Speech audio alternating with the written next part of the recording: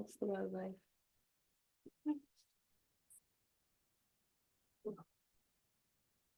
You guys want me to turn the screen? Fine for me. Okay.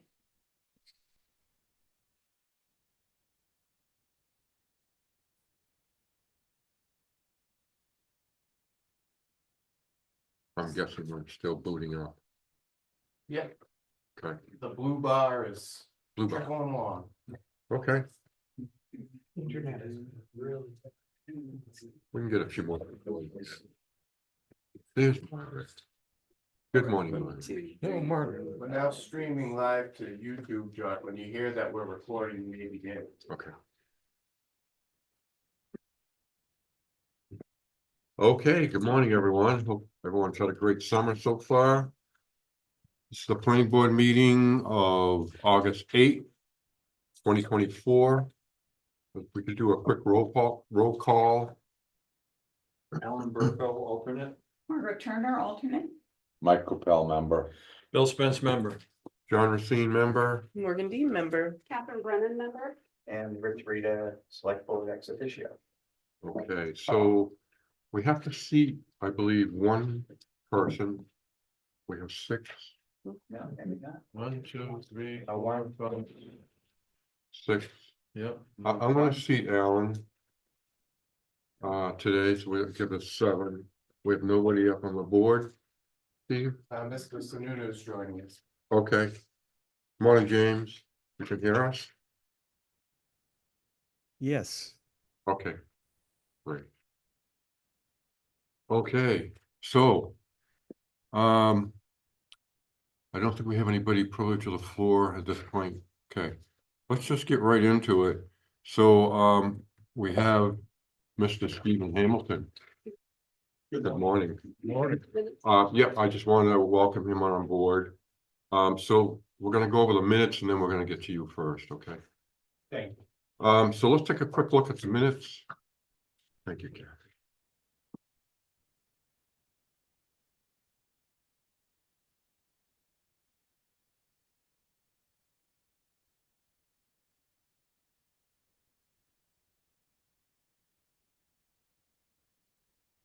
Not that matters at all, but on line 51, it says Catherine will follow up with the town core working group at their next meeting. I wasn't at that meeting. Nancy was at that meeting. So if we just even delete at their next meeting and just say, and report back to the board, because I do have Nancy's notes. So I'm happy to Okay, do that. okay. You good with that, Steve? Sure. Okay.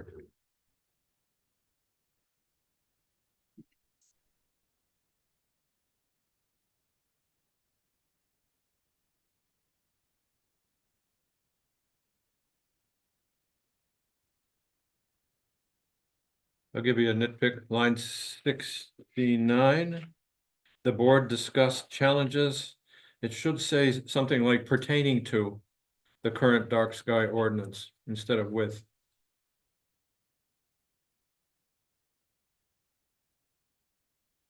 What would you like to put in there?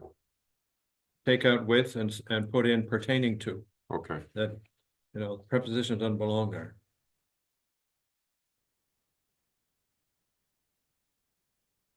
Otherwise, okay.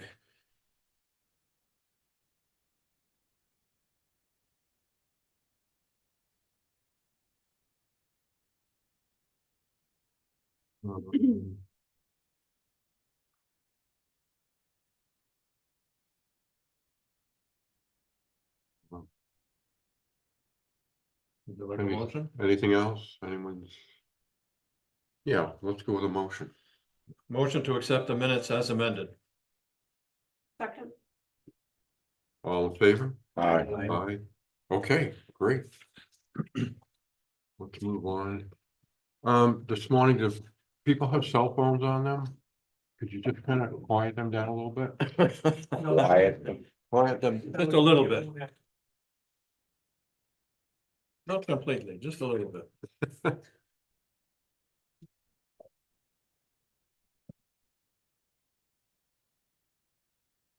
Okay, so Steve is here to help us out with, he's town assessor.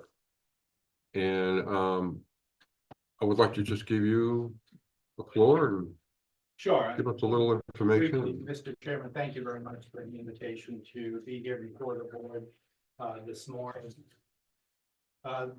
And this was, I think, born out of a conversation that Martha and I had regarding development potential in the valley, but also the direction and the pacing of commercial development especially. And I wanted to make sure that I was available as a resource to your board in order to be able to answer any questions or provide perhaps some insight into observations that I've had over the past 5 years being the assessor here. And I have, so that you all are more familiar with me, I've had my company, Whitney Consulting Group, serving communities for the past 6 years. And prior to that, I was the director of the Department of Revenue Administration, Municipal and Property Division, overseeing the property tax system in New Hampshire. Before that, I was the commercial, excuse me, assessor for the city of Manchester, New Hampshire. And prior to that, I served as a in-house expert for the New Hampshire Board of Tax and Land Appeals. Before all of that, I was a commercial real estate appraiser for 14 years in a company that I owned with my brother and my dad. So I have some experience that might I think so. be helpful to be able to help you to see what might be coming, what might be changing, what might not be changing, and where those changes kind of come from. Mhm. Sounds great. Alan, I know you've got a question. Not yet. Maybe we could just start with some of those answers that you just gave us. So property valuation is rather unique because it's completely unregulated. There's no regulation at all over the valuation of real estate, whether we're talking about residential real estate or we're talking about commercial real estate. It's the actions of buyers and sellers, developers, builders, that create demand and satisfy demand for products in the marketplace.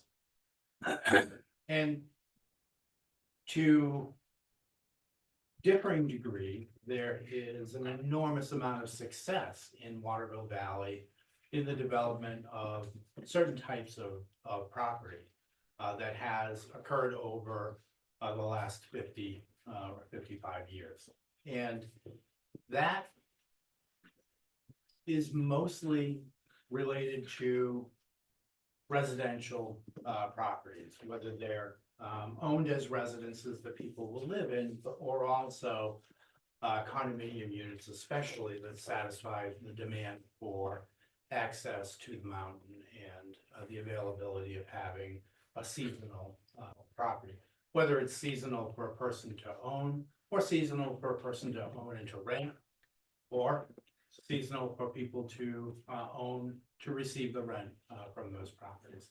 That's really been the significant driver, the significant demand for property over the time that I've been associated with Waterville Valley. And looking back a little bit, it seems to be a pretty predictable pattern.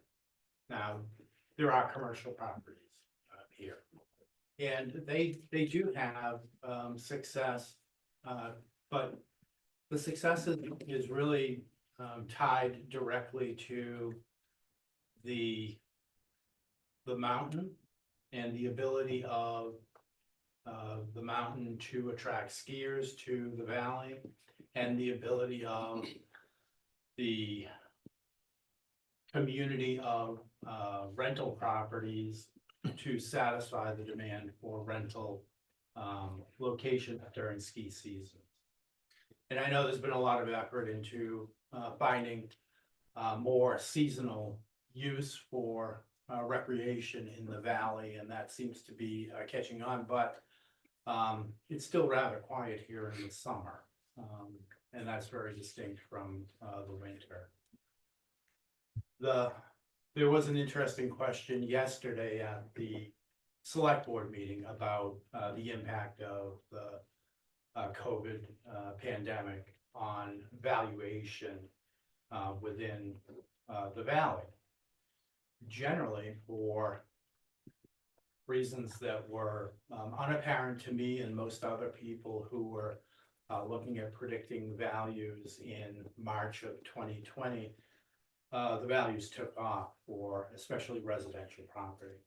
However, that came with, some rough road for commercial properties, especially those related to hospitality. And so, restaurants and other similar establishments and hotels had a very difficult couple of seasons. It seems to be trending back now, and in a more of a recovery mode. And I think it's extremely encouraging to see that the investment in the mountain seems to be looking to step up as well in order to try to better tie the mountain to the downtown area of the valley in a way that will benefit all of the properties that rely on that symbiosis between the activities at the mountain and the commercial activity in downtown. And so if you look at some of the commercial space that is available, you could anticipate that there will be a larger demand in the future, and an increase in value for those types of commercial activities, and an increase in demand for available land to satisfy perhaps a greater demand. Mhm. And I guess I got a quick question, just for some people who don't know, what is a town assessor? What do you actually do? Oh, I'm sorry. Okay. So I help the select board to administer the property taxes here locally. And in doing that, we conduct a revaluation on a fairly regular basis. The last full revaluation was in 2022, and we just completed an update of those values for 2024. And so we're on a regular basis reviewing all of the properties and the property transactions that occur within the town in order to make sure that we can keep those values current. Thank you.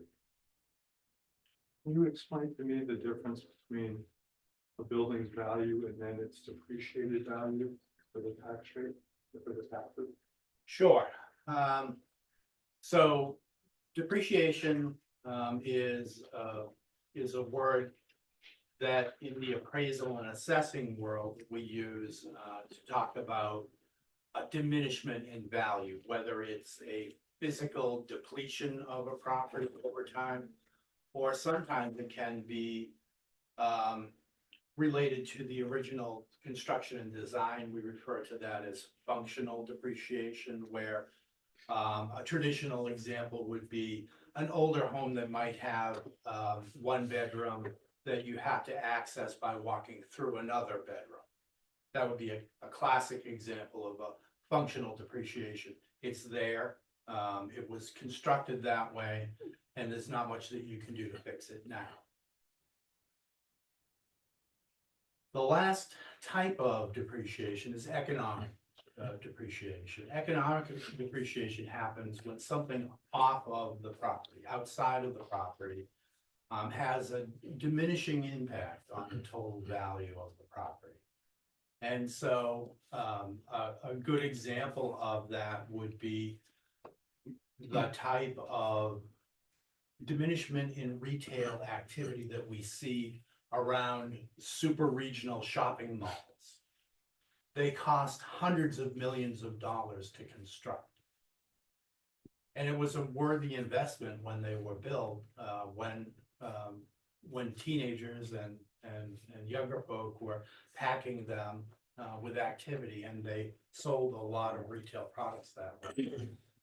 These days, most retail activity happens right here. Mhm, mhm. And so having that kind of an impact on the value of a property, say the Mall of New Hampshire in Manchester, is a significant detrimental impact on the value of a significant investment that was made, not due to anything on the ground there at the site, but other forces that are outside that impact. So in the town of Waterville, as far as I can tell, and I'm brand new to this, obviously. Why is commercial real estate depreciated so much more than residential? So there are a couple of, it's a great question. Two things that come into play. One is the anticipated total life of a property. When people build their house, how long do they expect it to last? Forever. Forever. To them, forever. Right, and so there's a very long anticipated economic life of that property. We see that, not so typical here in the valley because of the more recent construction of property, but if you go to any other community surrounding here, you'll see homes that are 200 years old. And so the economic life of those residential properties is significantly longer than the typical economic life of a commercial property. Commercial properties are built as an investment, a development investment over a relatively shorter period of time. They look to get a return on the investment that they make and a return of the investment that they make over a relatively short period of time. Say a 10 or 15 or 20-year horizon for that investment. And so there is far less improvements that happen on a regular basis to those commercial properties than those of us who own residential property do. Because every couple of years we paint or we fix the deck or fix the porch. If something doesn't look quite right to our eye, we attend to it more regularly than those commercial properties. So that combination of fewer improvements over the life and a shorter life period has an accelerating impact on the depreciation.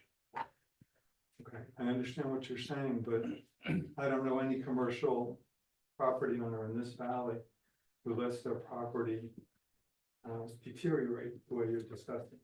Well, letting it deteriorate is a little bit different than having a fixed focus on the total economic life of that property. And so it really is not unusual to look at a property that was built as a commercial development or investment property and see that there are things like peeling paint and trim boards that are not, quite matching up. And to an owner of that kind of a property, what's the most important thing? The rent check, right? When they rent out their property, they're hoping that the person who's the tenant is going to keep on paying the rent. And so the improvements that happen, and I'm not talking about maintenance, most of the time the maintenance is fine. There's a difference between maintenance and renovations, reconstruction of the property. And when we look at things, when we look at residential properties, we see very frequently, probably even more frequently now than we ever did before the advent of HGTV, and everybody looked at how spectacular their kitchen or their bathroom could be. We see people take perfectly suitable, perfectly functional, very nice kitchens, tear them out completely and put a new one in. Now, we don't see that happen very often in commercial property because as long as the rent is coming in, as long as it's suitable to use, something like a restaurant isn't going to go through and tear out their entire kitchen, stop their whole operation and put a new kitchen. It does happen. but very infrequent. And so there's just a distinct difference between the rate that you will reach, full physical depreciation for commercial and for residential property. Now, there's a point at which that depreciation stops, where the curve of depreciation flattens out. Because we know that in Moultonborough, you can go to see a country store that's been operating now for over 200 years, right? And so it would be irrational to say, oh, well, its economic life is only going to be 40 years, so at 40 years, it would be completely depreciated. That doesn't happen. So it comes down to a point, and then it levels up for all types of improvements. But wait a minute, I understand all that. Hmm? However, that store in Moultonborough, the rent that they are receiving today is higher than it was 200 years ago, 50 years ago, or probably even 10 years ago. Surely. it So is. the value of that property to the owner, right, which is really based upon the amount of rent they receive. If it's rental. We So start off, We'll if talk. we want to sit here and talk about So some we're- of the changes that have happened with strip malls, for example, where there are all kinds of empty areas in strip malls, and that's a problem. And I understand that problem. I represented lots and lots of strip mall owners. I also represented lots of commercial building owners. And sometimes those commercial building owners were able to rent 100%. And then we went through a period where we had see-through buildings and their values changed. I understand all that.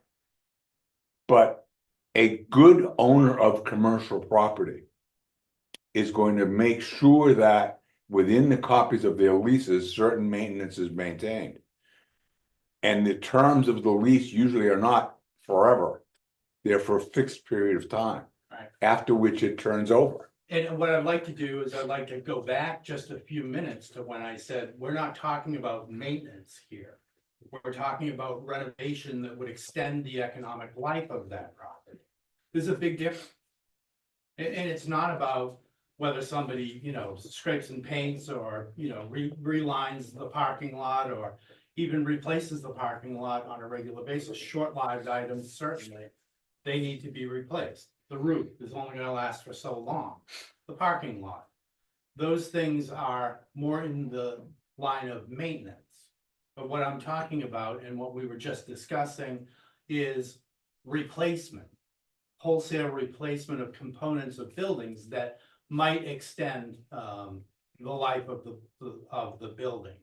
Now, that is something that will happen. Those kinds of activities happen far more frequently with owner-occupied commercial property than they do tenanted rental commercial property. Because commercial property is like any other property, it falls into different buckets. And some property is owned and operated as a rental, like the strip mall you were referencing. They have different challenges than say a country store, which is much more typically an owner occupied type. Generational. Sometimes it's generational. Oftentimes the owner of that type of a property is going to be looking for a person to buy it who is only going to do one thing. Maintain that use into the future because they want to see that continue on. But from the perspective of depreciation, in the application of the cost approach, because depreciation doesn't come into play in the income approach to value. The income approach to value is related to a property's ability to generate a stream of net operating income, and then it converts that stream of income, into a value estimate by looking at the way that other investors are buying that kind of a stream of income. We call that income capitalization. And so a rate of return is expected. And so that income gets divided by an expected rate of return, and that indicates a value. That's a very prevalent type of exercise to undertake when most properties are owned on a income producing basis. But My recollection of an appraisal. Let's just stay on the topic of commercial property, although it applies to residential as well, is we're looking to determine an estimate of fair market value. However you want to define it. So the fair market value of a lot of the property in Waterville Valley has increased in the last 5 years. I don't know, 25, 30, 40%, something like that, Or more. or Double. more, 60, 70. 60, 70%, whatever it is. I don't know what the percent, I don't know if that increase also applied to commercial property, but I bet the rent has gone up significantly. Well, so all of these values, whether we're talking about the value of residential properties or residential condominium units, is all tied to supply and demand. When the supply is short and the demand is high, then the price will escalate. And I don't care whether you're talking about real estate or whether you're talking about toilet paper in May of 2020 or eggs last summer. I mean, supply and demand is what the basics of economics is about. In Waterville Valley, the pricing, because of the demand for residential properties, the pricing has gone up extremely high and at a remarkable pace. Not quite so for commercial property. Because if we look at the supply and the demand, so let's just look at the town center, for example, and think about how many occupied spaces there are versus how many vacant spaces there are. We're going to think about supply and demand and think, well, there seems to be an imbalance, but it's not the same imbalance as there is for the residential property. The imbalance for the residential property is that there are almost none. And so the people who are willing to buy will buy for high amounts. The other imbalance is when there is more of a supply than can be absorbed by the market. And that imbalance typically does not generate much higher value. It's really the supermarket is a interesting way to look at the value of property. There are things in the supermarket that will go up at a different rate than other items in the supermarket. Sometimes they'll be trending in different directions. Our goal in assessing property and making sure that there's a proportional distribution of the tax burden is to try and figure out what the value of everything in the supermarket is at one time, at once. So that there's based on value, there's a fair distribution. Now, I doubt you could have given kale away 20 years ago when you went into the supermarket, but today people eat kale. I don't have to understand why, but they do, right? And so supply and demand is not only important at the moment, but it changes through time. And we see trends that change through time. We see overall, there are impacts to value and that are related to the cost of things. And we talked about this application of the cost approach, which we heavily rely on in developing the assessments of property. And that is where the depreciation comes into play. Because costs of construction have not gone down and they've not stayed flat. They've gone up considerably. And so when that underlying cost goes up, then the amount of depreciation will change. The rate will stay the same, but it's as a percentage. And so therefore you can see the net value go up even though the total depreciation amount may change in a positive fashion. But So Alan? what's the town- Alan, excuse me, Kathy's had her hand up. But Actually, two questions, but one, just to kind of reiterate what I'm hearing you say, and to please clarify, is that really the health of a town's long-term or even medium-term base really needs, the tax base needs to look at as we grow and change the balance between the commercial properties and the real estate properties, and where are we getting, for lack of a better term, the biggest bang for our buck kind of a thing, from a health of a tax base.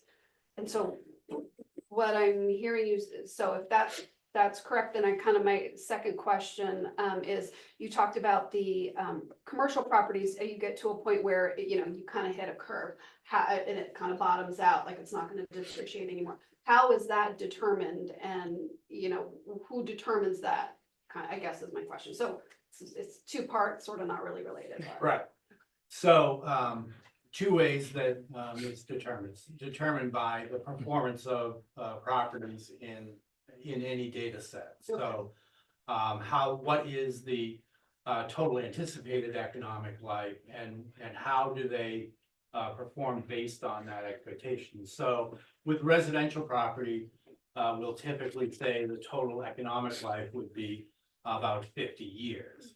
But then most properties will overshoot that. Yeah.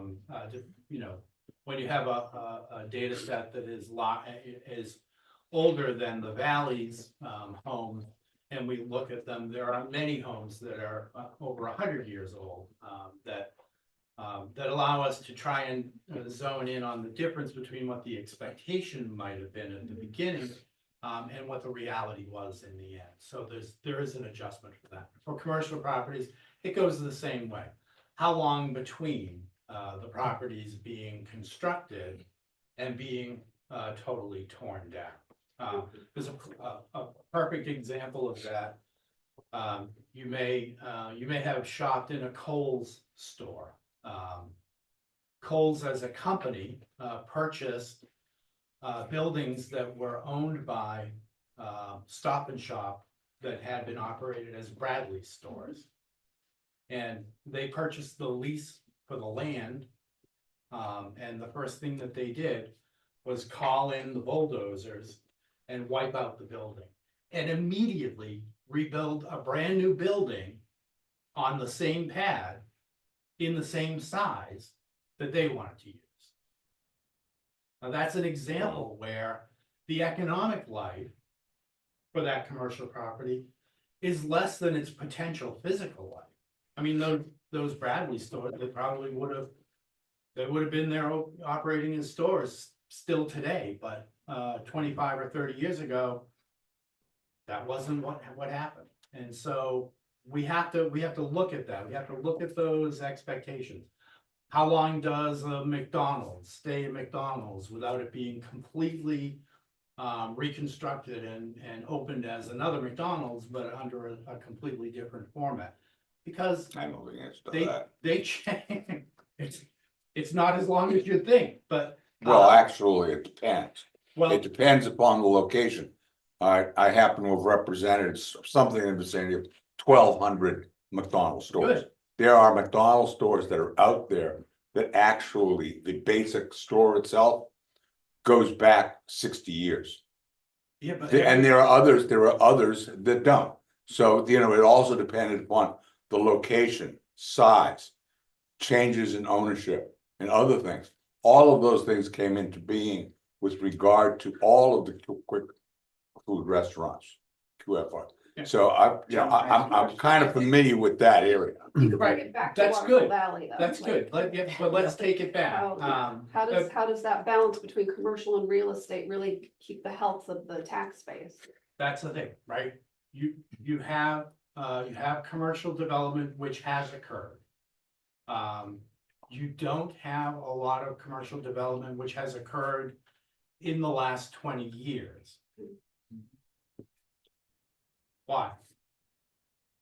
That's one thing. Supply and demand. Well, it's about supply and demand, Residential property. whether one person owns property or whether multiple people own property, when the economics overcomes the ownership and the desire to own it, then development occurs. We have seen new development, but it's been related to residential properties. And so, and I'm not a planner. I'm not a planning expert. I'm a valuer, so I'm much better at looking back than I am at looking forward. But what I can say is that that balance of land and its availability for use is really important to making sure that the market gets satisfied in the way that it needs to be satisfied. And if you have, now I'll take it out of the valley for a moment and look at other communities.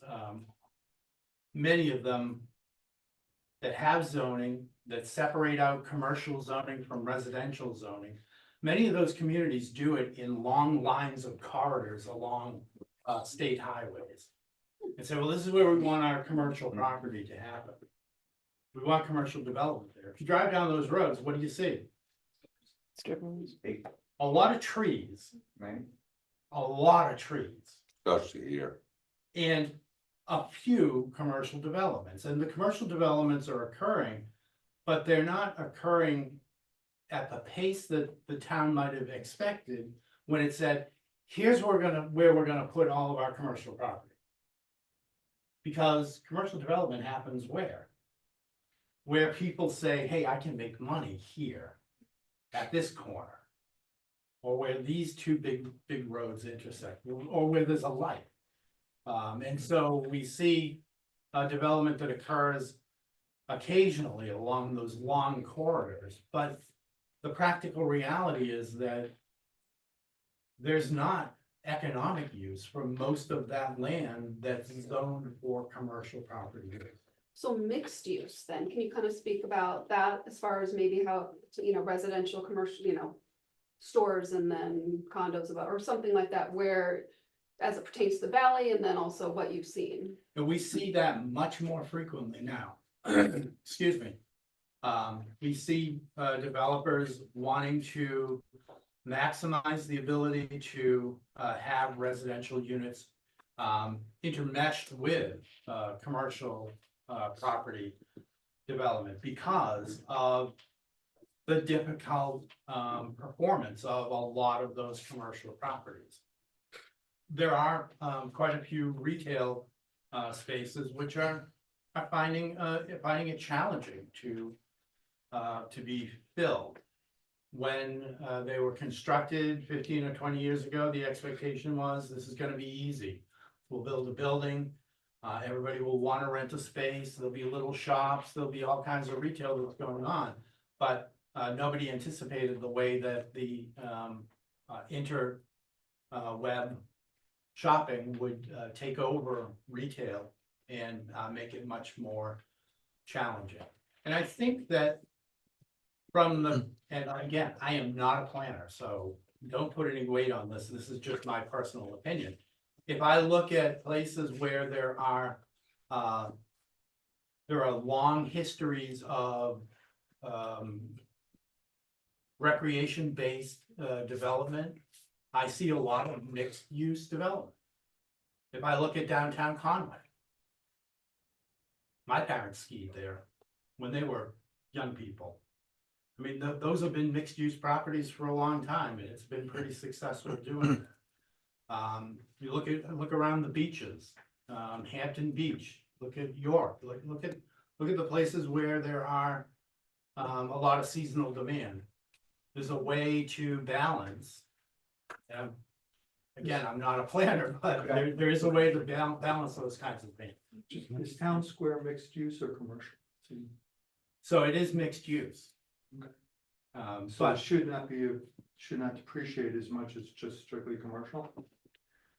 Well, it's not an ideal mixed use. It has a mixture of retail space on the ground level, but then it has, other space on the second level, which is much more difficult to fill and to keep filled. So it is more in the nature of a commercial property. That was a builder's decision back when. And you seem to be rewarding him for making a bad decision. I think we need to stay away from any particular description of a property here in town, at least the motivations. I'd be very careful. And I wanna make it clear. I don't reward anybody. And I don't penalize anybody. I try and find the fair value of all property. The market may reward certain developments or certain activities, but it's not me. What I do is I try and I build a mirror to reflect market activity, the actions of buyers and sellers in the marketplace.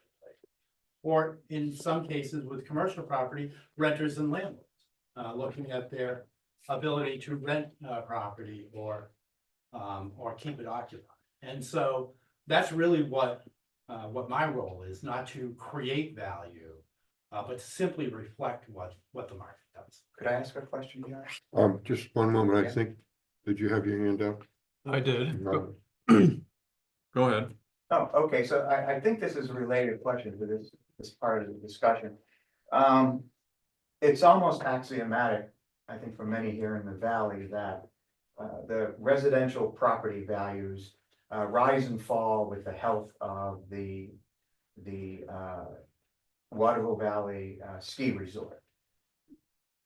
How correct is that? I'm assuming it's not a one-for-one sort of thing. I think a lot of times, a board in a resort town like Waterville Valley tends to look at things that way, right? If the major employer or the major draw to a town is suffering economically, then the property values are going to suffer as well. So I think it's a correct observation, but it's complicated by the fact that Waterville Valley is at the end of the line. I mean, It's down at the end of the road, as we like I'm to say. assuming that's why many people want to make it their residence. It's a place that I would want to retire to, hopefully in not too many years, but in a few years. But that brings with it a lot of challenges. For other communities in New Hampshire, they're all about the same size, about 10 miles by 10 miles. They're all next to other communities that are about 10 miles by 10 miles. And that means that not only within your town, but then also within your neighboring towns, you're maybe 10 or 15 miles away from being able to find a job. And so that kind of connection to the performance is different in those communities than it is here in the valley. Because I don't know, I'm not a ski area expert, and so I don't know as much as I probably could about the operation of ski areas, but I am a lifelong skier. So I follow the ups and downs of skiing as an activity. And it isn't a surprise to me that the performance of real estate, residential real estate here in the valley, is tied to the expectations of skiers and the success of skiing as an industry, but especially the mountain and its location. And so there aren't competing mountains for which people would buy a recreational ski condo here in the valley and say, oh, okay, well, we'll go to Cannon instead, because of the proximity, right? Most of what people are hoping for when they buy a unit here is that proximity to a very good, very successful ski area. One of my favorites. And so, and it's not just me. Of those of us that ski, Waterville Valley is very high. Mine too. I agree, yeah. So There is a connection, there but is it's absolute it's connection. complicated by other factors Exactly, that go into why people would want to live here. right. And I think the pandemic really complicated a lot of things because there were, and when we completed the revaluation in 2022, when we do these valuations, we invite people in to talk to us about the value of their property, and a lot of people did come in and talk to us. I talked to a number of people who had moved in 2021 and 2022 to the valley for a full-time residence, where they had never anticipated doing that because they didn't want to be one, in a more urban location, but two, they had the ability to have a remote work situation. And so it was an opportune time for them to make that move. And so that complicated the whole real estate market. Yeah, and I think in the last 4 or 5 years, population increased as it had increased for the previous 14, 15 years. And continues to. I think the elephant in the room is the question, the direction is, why doesn't the town collect more tax revenue from commercial properties than from residential? That is, residential doesn't depreciate the way commercial property does. That some of the numbers indicate that the depreciated value of commercial property has been lowered to the point where it appears as if not very much money is being collected from commercial property, certainly not in comparison to residential. I think that's the drift of what these questions have been aimed at. I hear that question. Okay. I hear that question a lot, not just here in Waterville. As a so my job, I think I said this earlier, is to make sure that everybody bears a proportional tax burden in relationship to the market value of their property. Talk about depreciation, we can talk about, costs, we can talk about all kinds of things, but value is what I will pay for your property. And we're gonna shake hands and I'm gonna give you a big check. That's what value is. And so when residential value is skyrocketing based on those transactions of people, willing buyers and willing sellers, then that's gonna far outpace the value of the commercial properties. Why? If all I knew about the value of property is what I learned from sitting on the couch next to Mrs. Hamilton, I would know from watching HGTV with her that people that walk into a home to buy it, they don't have a calculator in there. They're not counting up the number of cabinets and saying, oh, well, the last house that we looked at had 17 cabinets. This one only has 14, so we're not gonna pay that much for it. They walk into the house and they do what? How can I renovate it to what I want? No, No, they no. say, wow. They Yes. say, I "This love is it. I love it. This is I want this to is do it what I again." want. I want this and that's it. Nothing else is gonna do. Emotions. And so that rarely happens with commercial property. Because investors, they don't, I wouldn't say they don't have a heart, but they don't use their, they don't They don't use have- their emotions. They don't use their emotions to make the decision of what property to buy. Mhm. It's completely black and white, on paper, spreadsheets. This is what I can make if I buy that property. If I buy the property for 10% more, am I gonna make any money? No, I'm not buying it. And so that difference is what causes the difference in the way taxes are collected. Because in New Hampshire, we can only have one rate of taxes. It applies to every property. Yeah. There cannot be two rates of taxes. Other places there are. And this can get confusing, especially if you come from a place like Massachusetts, where if there is a shift of tax burden from from commercial property to residential property, they can maximize the commercial tax rate, I think up to twice the residential rate now. Correct. That's not the way it works here in New Hampshire, one rate. So, and it's a fair tax when it's related to the value of property. And it has a sharp edge because it doesn't really care. It doesn't really care whose property values goes up, it goes up more than other people's. And so, fair when it's related to the value of property, but really has that sharp edge to it. Mark, you had a question? Well, just an observation, if you look at our total valuation for the town back in the 1980s, as the first development happened, a lot of the commercial properties that we have today were built in that time period. So you had round numbers, an 80-20 split between residential property and commercial property. We haven't added, when you look at Town Square, the athletic center, some of the other commercial development here in town, we haven't appreciably added to that. But what has happened on the residential side?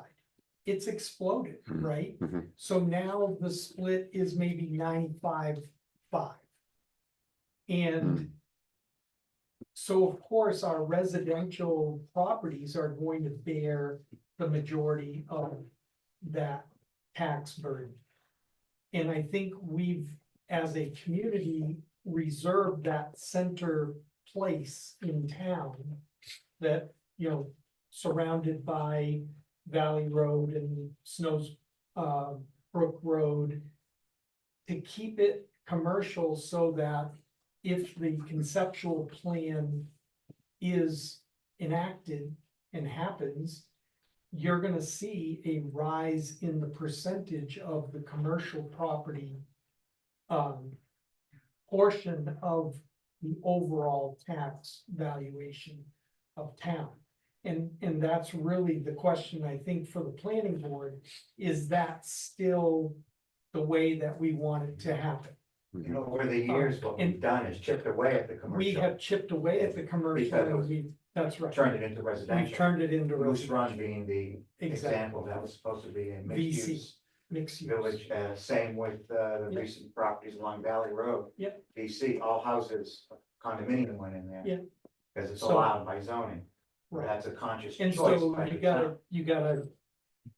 I think what the planning board, you know, needs to consider is that center commercial, is mixed use still appropriate there? And what does that look like? Is it only above residential above commercial, or is it just residential development? You know, Right. and we've had these discussions for the past 10 or 12 years about what's gonna happen to that C1 zone. Mhm. And so that, I think, carries through with, you know, the whole, and again, depreciation and amounts of depreciation and all of that is really just nibbling on the edges of what's really happened. There's been no appreciable commercial development since Yeah. the 80s. Alan, you had your hand up. What, if anything, does it tell you that property values in Waterville have increased dramatically when skier days have decreased? And yet at Loon, skier days have increased and property values have not increased as much as they have here. So, I can tell you that I don't know anything about the value of property in Lincoln. I can tell you that straight up. But the number of skier days is a complicated calculation. These last few seasons haven't been what I would consider full seasons of skiing. In absolute numbers, the skier days at Loon have increased regardless. I don't know anything about that. I think I But think what I I'm trying to said, find I'm out- not an expert in running a ski area. What I'm trying to find out is, you said there's valuation of the ski mountain connection to the town.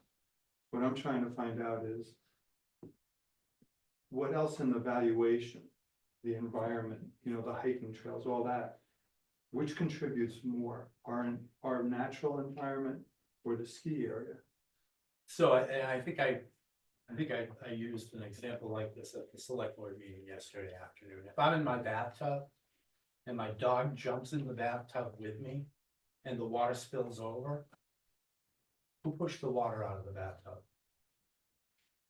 Because we're both in the bath, and so these are a depth of factors that affect the valuation of the property. That there's no way to discern. There's no way to say, oh, well, the hiking trails, that's 7%, and the recreation areas, that's 4%, and the ski area is 37.2%.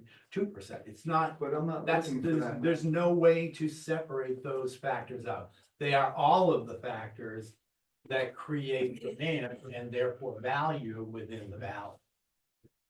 But you made the statement that the ski area, the more successful the ski area is, the more value there is in residential property here.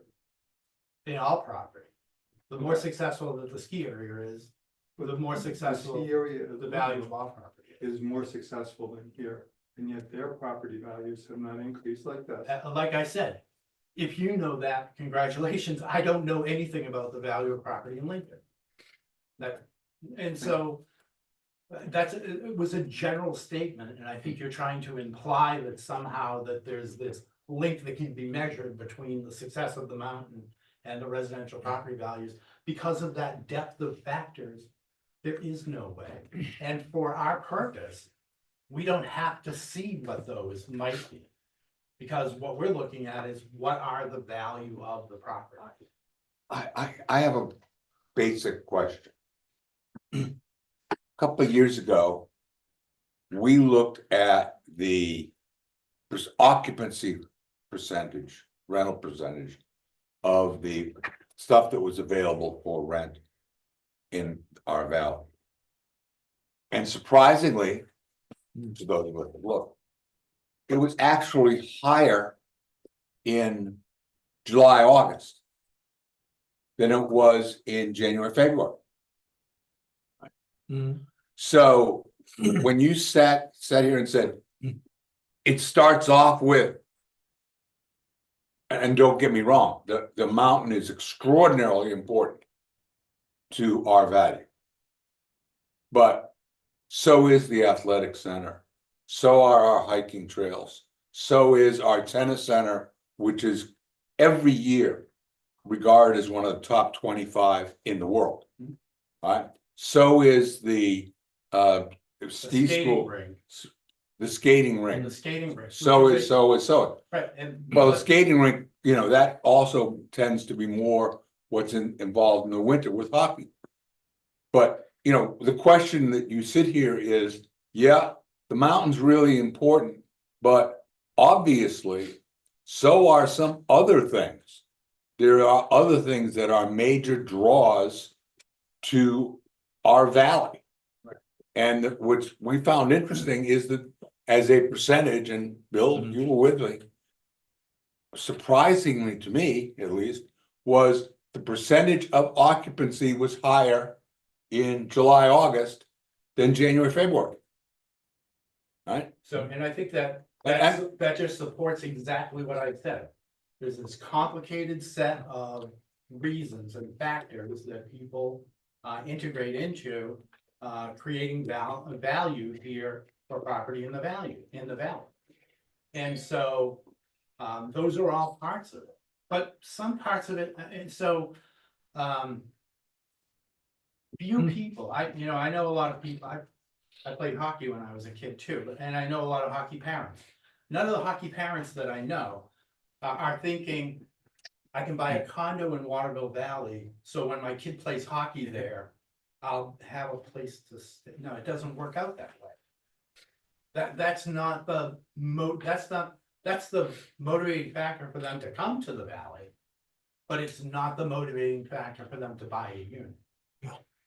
And that's what we're focused on. What do people want to buy? Which it does happen for BBTS. They do buy Yes. a house so that Yes. their kid can go to the Yeah. academy. Absolutely. I mean, that- Economics, a right. an economic, yeah, but there's a whole bunch of factors. in Yeah. there. So But I think yeah. that's the difference, so, yeah, I. Now, there was a I time agree. when I- It's a wait a lot minute. of things. Liars figure and figures lie. That's the old expression. Okay, Yeah, so. So basically, what you're saying is, when I look at the 21 units that are built surrounding me, everybody knows where I live, right? Yes, none of those people are full-time people. no, hold on. None of those people are full-time people.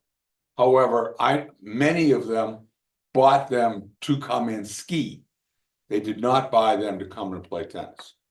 All right, so that what you're saying, and I do understand and I appreciate, is that just because the rental is higher in the summer is not necessarily an indication of that which is driving residential property. Property value. Property Yes, that, that's what I we're understand talking all that. Yeah. All right, but you know, there are lots and lots of figures that you have to take into consideration. And it's interesting that the percentage of rental in the summer is higher than it is in the winter, which surprised me. At the same time, in that study, did the study look at the rental rate in the summer versus the rental rate in February, Did we? on February vacation, over the Christmas week? No. Because that's, you know, from an economic standpoint, you might, you might be Yeah. able to rent them out for $400 a night. When it's $900 a night in the ski season. So there's another one of those very complicated factors. Mhm. This is That are interesting. But we don't wanna imply that we could understand how they impact that total top line value. Or even try to understand them, because if that was our job, what the town would have to pay me to understand all of those factors and how, and what percentage they are. You wouldn't, as taxpayers, be able to afford what my services would cost. Because it would be way more than the total operating budget of the town. Mhm. Yep. Just to be able to look at those layers and figure out what part of it might be related to the overall value. The overall value is pretty easy. The deed gets recorded. We know what people buy and sell property for. But the factors and the reasons why they do that, they may be interesting, but they're really immaterial in the end for the work that we have to do. Margaret, I you haven't asked any questions. yeah, you're going. So in the situation where, for instance, we have a Grand Hotel in Waterville Valley, that's multi-million dollars, to build and that kind of thing. It's a commercial development.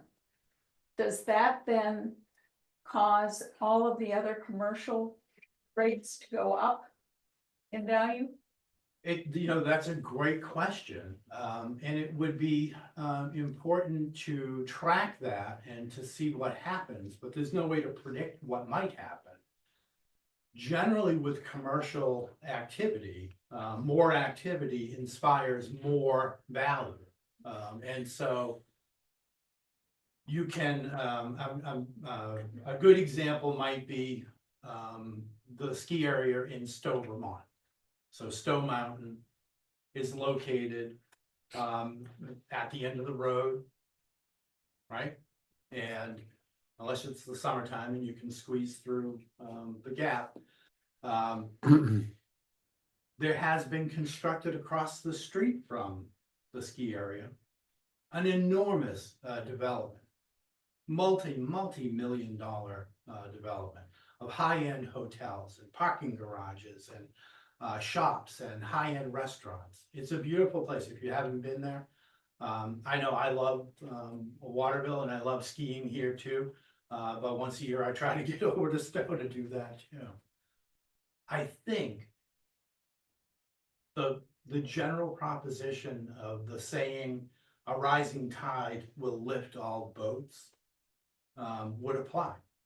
That kind of activity in Stowe has improved the commercial use of properties all across the town of Stowe. And inspired other developments to compete with it. When there's an opportunity, that's what the commercial development market tends to do. Your board member who represented so many McDonald's. Why are there so many McDonald's everywhere? Because they said, oh, we can make money there, and we can make money there, and we can make money there. And sometimes we can make money there. If you look at, the development pattern, it's predictably where they can make money. And so I think that kind of potential would exist. I don't think there's any way to assure or guarantee that it would happen, but I can imagine that it would have an impact. More people would also impact that. More people in the general area. Listen, we all know we're talking about the valley. Camoulas is not going to build a shopping center down here. Dartmouth Hitchcock is not going to build a medical center. And there are commercial developments that can occur and that will occur and that will benefit everybody in the community, the taxpayers, the people who visit. But they're going to be of a limited nature and they're going to be in character with a ski community. And I think that's, if I had any advice to give, not only as a skier here in Waterville Valley, but also hoping that the best for the town of Waterville Valley is making sure that what happens and what can happen keeps with the character of supporting a ski resort community. That's really in essence what it is. There's no giant lake here to throw docks out and have a big marina. There are recreational benefits and recreational activities in the summer. In the fall, it's beautiful. My daughter was married here in the fall 8 years ago. I don't know what you do during mud season. Go someplace. Leave. Black flag. Yes, it's bug season. Yeah. But I think, I just think it's prudent to think of that connection to the mountain as being a long-lasting and valuable relationship. Excuse me, Bill, you had your hand up? Yes. So now that we understand, and the explanations have been good, that the value is essentially market forces and willing buyers and sellers. How do you arrive at the number that we see on the page? How do we arrive at the number? Well, the values are numbers, so it's a specific number. There's somehow we come to a number so that calculations can be made and taxes can be assessed. So what we do. How do you get that number? So we apply what's known as a mass appraisal technique. And we take the characteristics of every property and we record them on individual property record cards, but they also flow into databases of tables for the value of different elements of every property. And so those value elements are extracted from the marketplace based on the sale activity. To provide the least complicated example, condominium development, a very similar townhouse style condominium. We start with the selling prices of properties within that development. And then from that selling price, we deduct the cost of construction depreciated, so that we can see what the value for being located in that condominium complex is and isolate that out.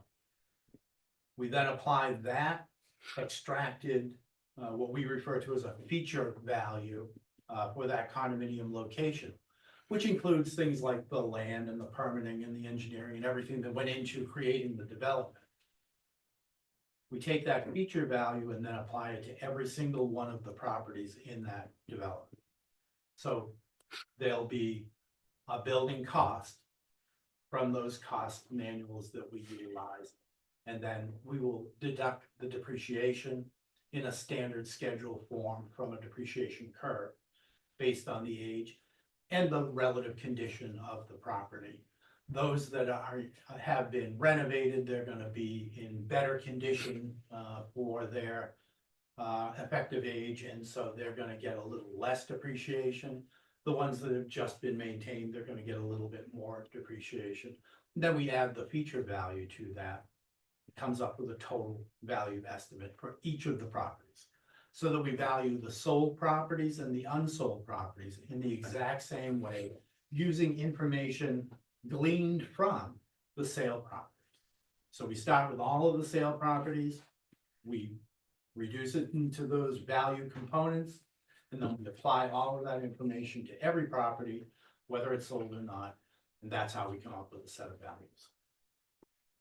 So you have an algorithm that is, shall I say, proprietary information to your company and, Oh, no, when we're done, we take and we compile all of this valuation process and tables and it's not proprietary. It's not like Zillow or Redfin or something like that.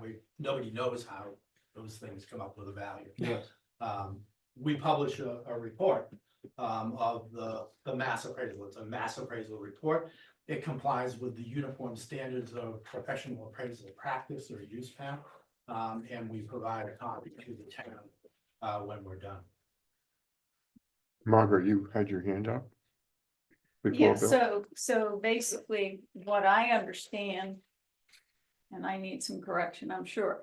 My house is 25 years old. It has 2.5 baths, a basement, so much land underneath it, et cetera, et cetera. And there are, and by the way, when I built, it was about 100,000 for the land and 340 for the house.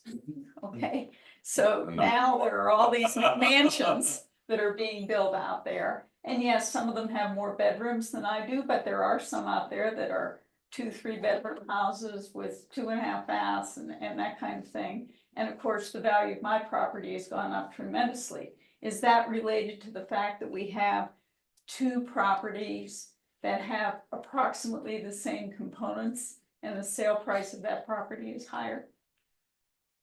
It's based on,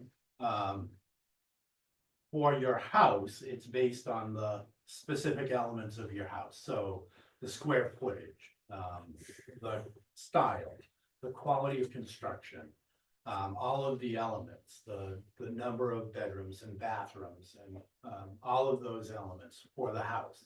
The land is extracted in a similar method from the market. And so what we do is we look at the sales that happen, and we don't take away the cost of constructing your house. We take away the cost of constructing their house to see what the residual land value is for as a component of the overall selling price. And so it is going to reflect the current construction cost for your home, for a home like yours. What we refer to as a replacement cost new, less the depreciation. And then we're going to add to that a land value estimate based on the sale of property range. So it's going to be the actual details of your home, which drive the building part of the value, but then also the land value, which is going to include a lot of other property sales. I hope I didn't. Yeah. I'd like to just ask everybody, we've been here listening to Stephen for about an hour. Do you want to keep going or do you want to move on to others? Steve, are you okay with staying a little longer? I mean, if there are more questions, I'm happy to try and answer them. I think we're done. Can I just ask one? Absolutely.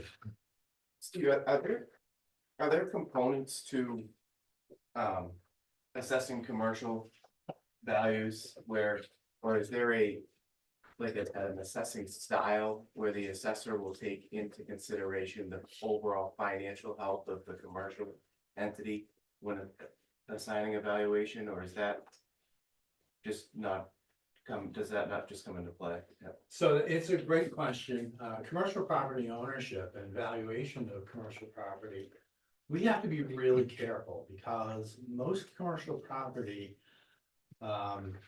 there's an entanglement of business value and property value. And so an important example of that would be a hotel. A hotel is a complicated set of property rights and personal property rights and business enterprise value.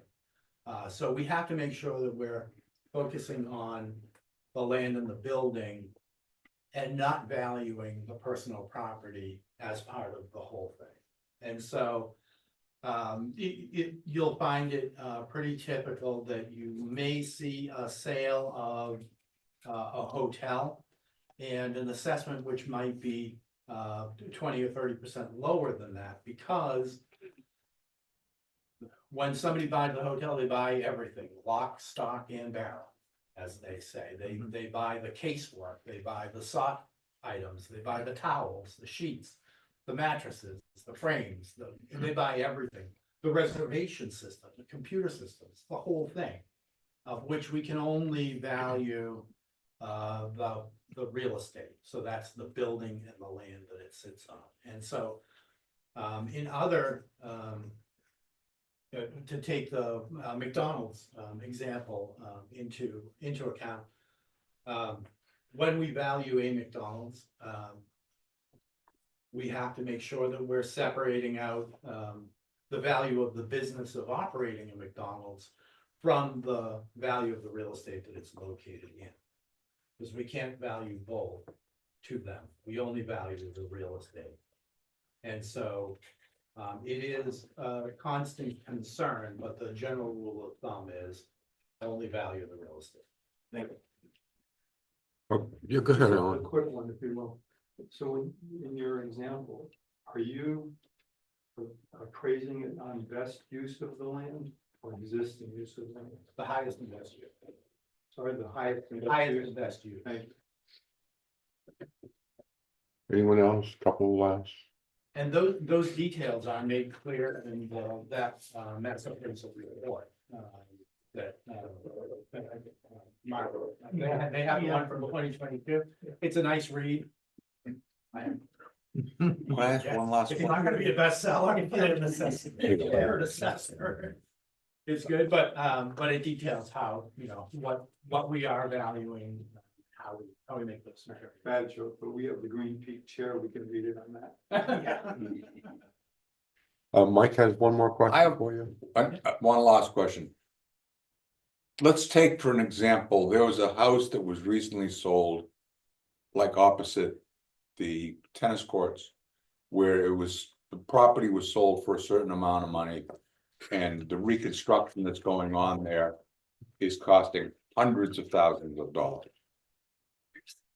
Which way are you valuing that? Ultimately, so we value every property as it stands on April 1st of every tax year. And so this year we'll value it as it was on April 1st of 2024. Okay, Next year, we'll value it as it stands on April 1st of 2025. So those Okay. renovations may be. And we complete. track all of our building permits. And we turn them over to Steve and his company every year, and they will go back. and the building permit Adjust. estimates the, There is an estimated construction cost. Okay, and thank you. So he has, that's important. Makes sense. and that's done every. No, that's important. Anybody else? For a specific property, that's not the general valuation we do every X amount of years. Right, the building permits are on those specific. Right, so those are for physical changes in property. Bill, go ahead. Can you tell us the difference that is the opening remarks that you were making, you were talking about valuations that are done at over a specific period of time, 4 or 5 years. And then you mentioned the word revision. That is, you revise them.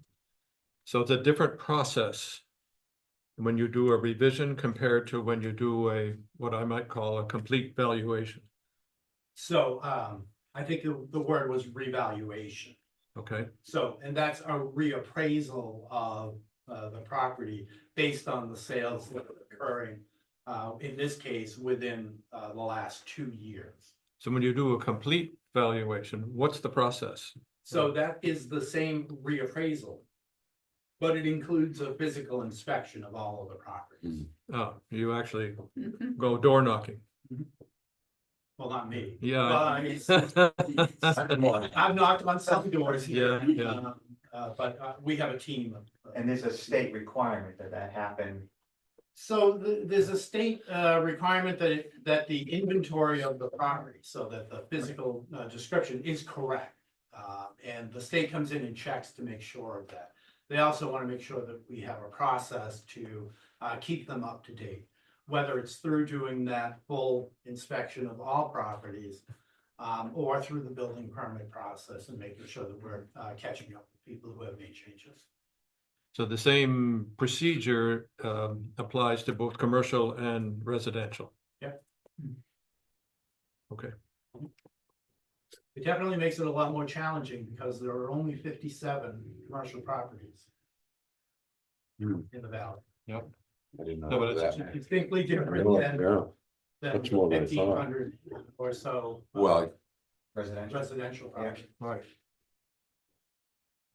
But the valuation procedure of going to each location and say, the report last time said this, and now I'm observing what's there now.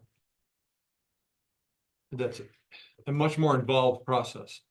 Mhm. Much more exciting. So, yeah, the Much more visiting of expensive, yeah. the visiting of the properties, Yeah. it's more involved, it's more costly. It.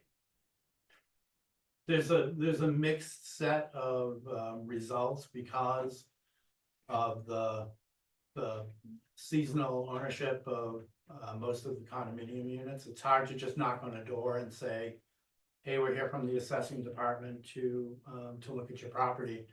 Because there's usually nobody there, or it's an Airbnb tenant who says, yeah, I don't own the property, I'm not letting you in. Hmm. But what we do is we sit down with the management companies, and Hmm. they know what's going on in their complex. They know what's really changed in all of the units, and we have a detailed interview with the management companies for condominium complexes. James Sununu, do you have any questions? Yeah, I think you're still with us. No, nothing for me. Thank you. Okay. Is everyone good? Good. Stephen, thank you so much. Yeah, It's really so appreciate your helpful. time. Thank you Yeah. for the opportunity to be here today to help you to understand these very complicated questions that most people never have to even think about, but you've been very thoughtful about it. You've had great questions. And I thank you again. Okay. Good to meet you. Yeah. Put 2 pages of notes. Mark, thank you. I want to thank you for setting this up for us. Thank you.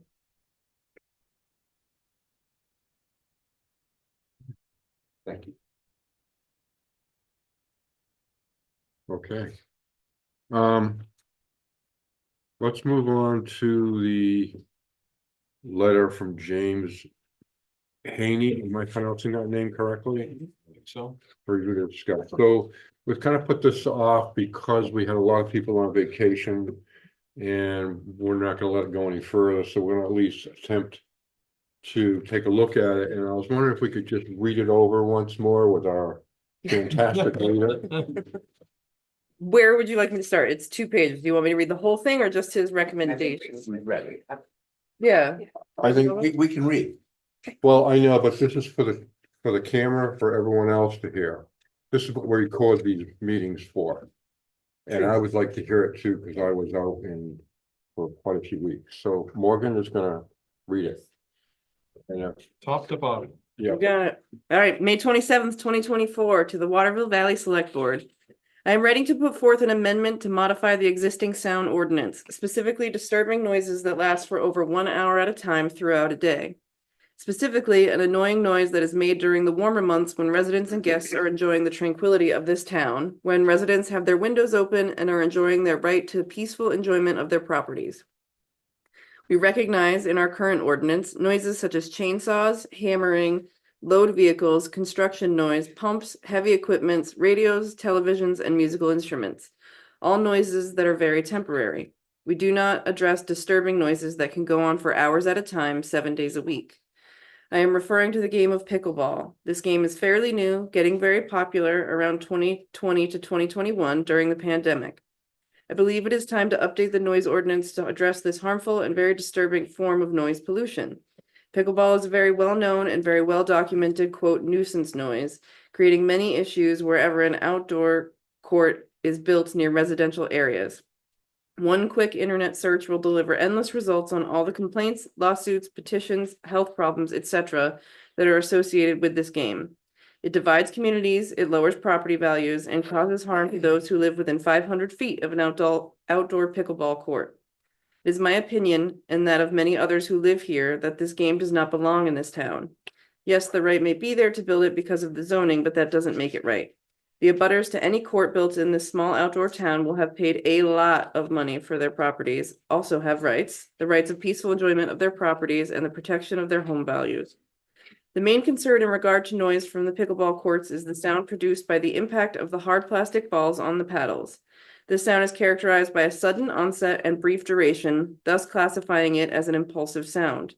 The spectral content of the paddle impact is narrow band with a center frequency typically between 1000 and 2000 hertz. In bold, this is near the most sensitive frequency range of human hearing. It is compared to the beeping noise of a dump truck in reverse, both around 70 decibels. And that noise can go on in the valley for 10 hours a day, 7 days a week throughout the spring, summer, and fall. We seek approval to amend the noise ordinance creating regulations for outdoor pickleball courts within the town. Bulleted points. An outdoor pickleball court permit is required for permanent outdoor courts located between 250 and 600 feet of residentially zoned or used properties. Noise mitigation for outdoor pickleball courts established from 250 to 600 feet of residentially zoned or used properties shall be required pursuant to a noise impact assessment. Hours must be regulated. Permanent outdoor courts, including lighting, can only operate between 9 a.m. 1 hour before sunset. Outdoor pickleball courts can create no more than 47 decibels at the nearest residential property line, ball and paddle noise only. Sound blocking material on fences must be installed. The court must be locked after hours. All pickleball players must use muted pickleballs and approved noise-reducing paddles at all times. Noise. As pickleball continues to grow in popularity and demand, this town should be aware of potential impacts to residential areas in close proximity to outdoor pickleball courts. According to readily available information and research, outdoor pickleball noise is unlike and more impactful than any other noise created by other forms of outdoor recreational activities. To specifically address noise concerns and complaints from residents, the select board should research and enact distance and noise abatement requirements for outdoor pickleball courts to preserve the sound environment in our town. The town should work with a noise consultant to better understand potential issues to determine if new noise regulations are necessary. Bob Unitic, the founder of Pickleball Sound Mitigation LLC, is the go-to source for information on pickleball noise mitigation. He has a primary piece of advice after looking into hundreds of these cases across the nation. He says, quote, "Even in a wide open space, the sound of pickleball will likely be tolerable to people living at a distance of 977 feet or farther from a court." He also says that he, quote, "rarely hears complaints from people living more than 500 feet away." Now, what I want to just let everyone know, including people watching this, the select board, letter was given to the select board, and the select board talked about it and wanted the planning board to also have a little input. Rich, could you add a little more to that, or? Sure, so the select board, as you said, this came to the select board at the end of May, I believe. And in our initial review, it was plain that there were two things at play here. One was looking at this change as a ordinance, a select board ordinance, which is in the purview of the select board. And, but also some of the things it seemed that Mr. Haney was asking for seemed more like a zoning ordinance amendment. So what the select board was looking for was the opinion of the planning board with regard to those items that he's raised that would pertain to a zoning amendment. So that's, we want to hear from you guys whether you want to comment on any of that. I think Tara provided our consultant, the planning board consultant, provided her view after reviewing what was submitted. And you can see that she broke it down into, look, this is what you could consider, the select board could consider as a noise ordinance issue. And this is what the planning board could consider as a zoning amendment issue. And we do have Tara's comments here. She can't make it today. She has other things going on. So I'm gonna have Morgan read that as well. And this is from Tara, our consultant planner. You will, of course, want to consult town council on this, but I am not aware of any statutory authority that the town would have to require an outdoor pickleball court permit. Also, I am unclear why Mr. Haney is only concerned with those 250 to 600 feet away and not those closer than 250 feet. The town can certainly regulate noise by amending the noise ordinance. One simple step the select board might want to consider would be to add outdoor racket sports lacking adequate sound mitigation to the list of things the noise ordinance prohibits during quiet hours. I would caution the town about including a decibel limit, as that introduces a whole different element to enforcement versus the town's typical approach. One approach the planning board might want to consider would be to scope out a category of recreation in the zoning ordinance that would require a special exception instead of being a permitted use. The zoning board of adjustment could require additional buffers from residential property and noise mitigation as conditions of approval. This new category could include pickleball and shooting sports. Another alternative would be to include noise in your site plan regulations, so you could require additional buffers and noise mitigation for any use through that process. Okay, thank you, Morgan. Now, I know that Craig, the owner, has taken steps to quiet everything down. I don't know if anyone's seen that, but I would like to have maybe the select board maybe do some kind of study on what he's done to see how that noise level is. We don't have any way to measure noise level. I think the question would be whether the construction of that particular project is comports with the conditions that were set by the planning board.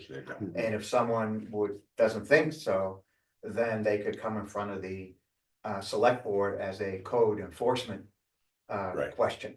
Yeah.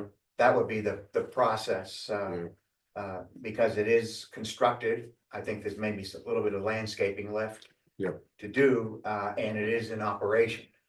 Yeah. So as far as I know, no one has come to the code enforcement officer, certainly not to the select board, complaining about the sound of pickleball. But I think it's only been operating for a few weeks, right, at most. And not very often. And not often. But those who do live near it, have you noticed anything? Have you? I haven't. I have, but Okay. the problem. As Rich very eloquently put it, Oh, thank you. if you actually look at that which was constructed compared to that which was deemed to be required, they're not exactly the same. So for example, it said that there's going to be an 8-foot fence at 3 sides. Clearly that did not happen. What, I haven't looked at it. What? I haven't looked at it. I have. Right, no, but I'm saying, what, There is 8-foot fence, but on 2 sides? On 2 sides, and part of the 3rd side is nothing, okay, all right? Which is clearly not in compliance. But as Rich has said, and I've gone and read everything, is that the only thing that could happen is that, and I'll pick on John instead Okay. of me, or I could go to a select board meeting or to the town and say, hey, guys, we all know what it said. This is what you were supposed to do. You didn't do it. Naughty, naughty, you have to fix it to that situation. That is not what good, the way, at least some neighbors do things.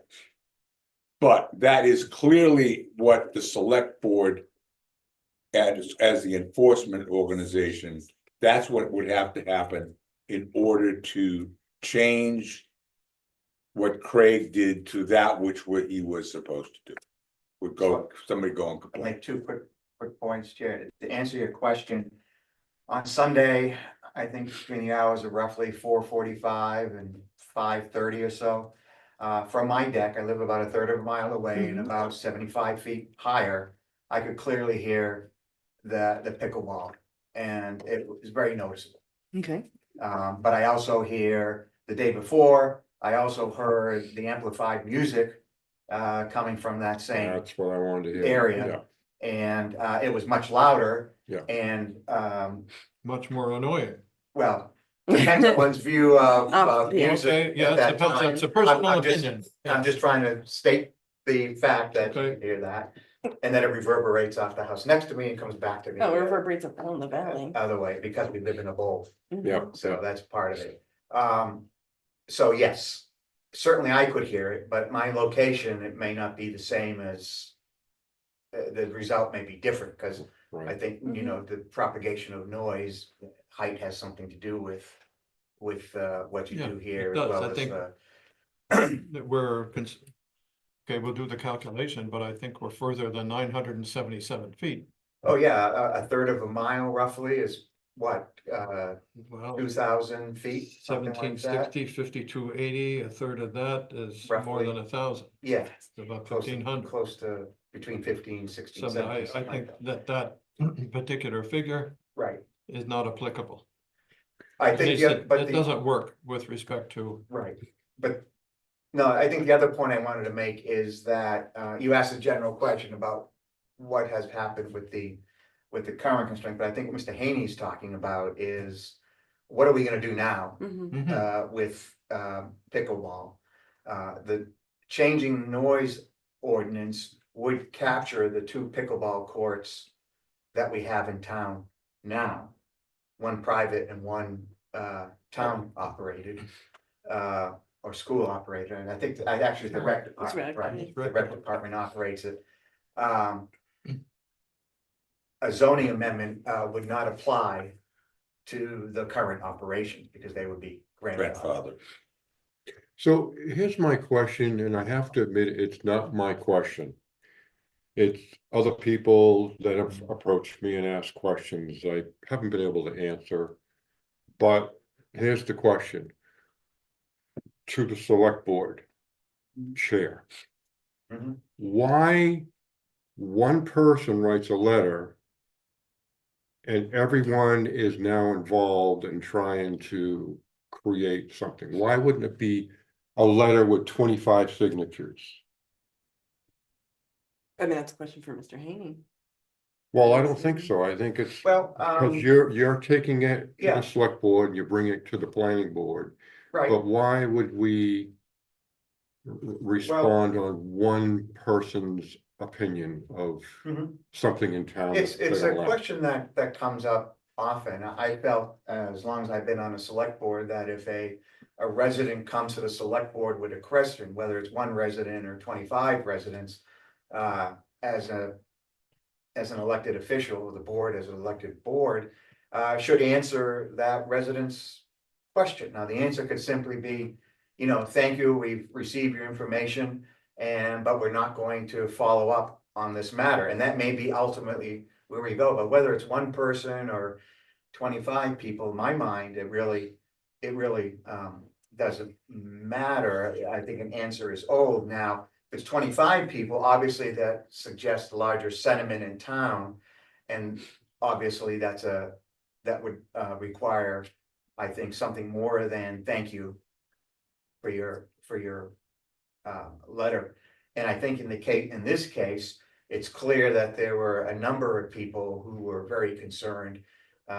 We just have the one letter from Mr. Haney, but as I recall the meeting, there were a number of people here Mhm. who were concerned about the noise Okay. from the pickleball, so. Yeah.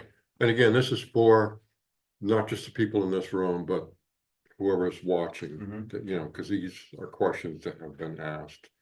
So, Yeah, I like to answer the mail. yeah, Mhm. no, I'm I happy. mean, it's, Yep. we're small, appreciate we're that still as- a little bit of a small town. But It's changing, but Bill, I think it is a fair assessment to say that if we receive a letter, and in conjunction with the number of people who sat over there in the gallery, who were here with respect to this noise problem, that it's as, you know, we're all here as volunteers, but we're here to try to improve the town. Mhm. That it's our responsibility, it's our job to look into this and do something about it. Mhm. I don't think there's much. I don't see anybody saying they disagree with that. I I think mean, the planning board, it's our job to Right. look into the matter. and so part of the question, I think that that was raised by Mr. Haney is a planning board conversation, perhaps decision. Right. And that right. select board just looking for your opinion on the matter before it answers Mr. Haney on his request. What he's asking for is essentially an amendment to the noise ordinance, which is a town meeting, which will require a warrant article and a town meeting vote. Right. That's the bottom line here, but elements of this actually are more of a zoning amendment issue. I can also say that I think we know, I know who Mr. Haney is and I know where he lives. He's the one who's most personally affected by the construction of the pickleball court. And as you know, everybody acts primarily in their own self-interest. And that's the reason that he did this. But I do think that there are a number of other people who would respond in the same manner. Except he's motivated to write a letter. And that's why he did it. But and I also think that it's a problem that's, well, it's not gonna go away, and there may be other examples of noise that will occur with the continued development of Waterville Valley. Right. Okay, there's mention here of shooting range. Oh, man. That's not gonna happen. It's there's many different No, marking. that was an example that she used of language that you can. put Right. up, But- Because it has that burst Yeah. Yes, noise. But I do think it's Yeah. relevant, the biathlon, right? We have tons of cross-country ski trails, and if people are training for the biathlon, they're gonna have a gun. And they need to practice their shooting. So I think it's valid, but I mean, yes, we Sure. don't want that to happen here. It would be very difficult because everything's close together and you can't shoot within certain numbers of residential, blah, blah, blah. okay, my point is that we have this pickleball noise problem. And that it occurred because we don't have any ordinances to deal with it. And there was nothing that we could say to the developer that would indicate or allow us to say that we were going to enforce this because, you know, that's part of the job, the function of the planning board is to enforce the existing ordinances that have been passed by town meeting. Mhm. Well, if the ordinance doesn't exist, we can't enforce anything. I mean, the planning board can't even Margaret, make an opinion. go ahead. Yeah, first of all, I'm not sure that we have a pickleball noise problem as it exists right now. This letter that was sent to us predates the construction of the pickleball courts. And you may recall that even with the existing zoning that we had, which basically said this is a recreational activity and it's happening in a recreation zone, we had multiple discussions with the person who built the court. And without having anything in our build list or that kind of thing, we talked about noise mitigation. We talked about him wanting to use low noise, low impact paddles. We talked about the fencing. We talked about the insulation that he was going to put in the fencing. And I understand the issue that Mike is raising in terms of it is not what we told him or what he told us he was going to do, particularly on the one side where instead of having an 8-foot fence that's closed in, he's got windows and a 4-foot, And little an more than open, 4 an foot. open area. and an open Open area. area where the door would have been. So I think we can decide what needs to be done about him not building to plan. But for us to say, we don't have anything we can do right now when this kind of thing happens is not true because we've already done it. Mhm. No. Well said. No. Okay, I understand your point. But what was addressing is, should we also anticipate what will happen in the future as Waterville Valley continues to develop? We're gonna have more noise issues, and should we contemplate addressing a more detailed or more substantial noise ordinance? And that would be the province of the select board to decide whether they wanted to, to change the noise ordinance. Okay. Yeah, and if you change the noise ordinance, it's gonna affect everything. Weddings, construction, everything, not just pickleball. Depends on how it's written. Yeah. Can you, I'm not can you sure. just focus on pickleball? How I can don't you- think so, and I think that's No, what. no, That's That's what. not my point. Well, that was my question, so Okay, I'm gonna share a different question with you. Tara, one of the suggestions she had was just, during quiet hours, adding, I think she used racket noise and the shooting. I mean, that seems like a pretty, I don't know, Well- easy thing, a compromise. I mean, you're adding, just being specific about the, during quiet hours. Yeah. Quiet hours are from 10 PM to 8 or 9 AM, Okay. depending on the other day, so unless we're talking about lighted Right. don't have- courts, Right, then I don't think that would. That would not be the relief that Mr. Haney is asking for Well, I don't know if we're ever gonna. the Right. future. Well, that is the question on the table, but it certainly doesn't mean we couldn't buttress, I suppose, the noise ordinance by adding some, because that noise only covers a number of different types of noises. But I'm not aware of any racket sports between 10 PM and 8 or 9 AM that are outside. Well, that's not true. I've been known to play tennis at 7:30 in the morning, but tennis is an entirely different sport. Has an entirely different sound level. Yes, but it would be encompassed in the racket sports that Tara suggested adding. Depending on how it was written. Mhm. But yeah, I mean, People could play early in the morning, yeah. but Okay. the question here really comes back to.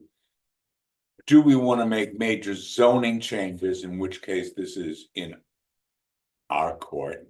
Mhm. Or do we want to just turn around and say, no, this should be something that the select board should be drafting an ordinance for? And if the select board would request input from us in helping to draft it, that would be fine.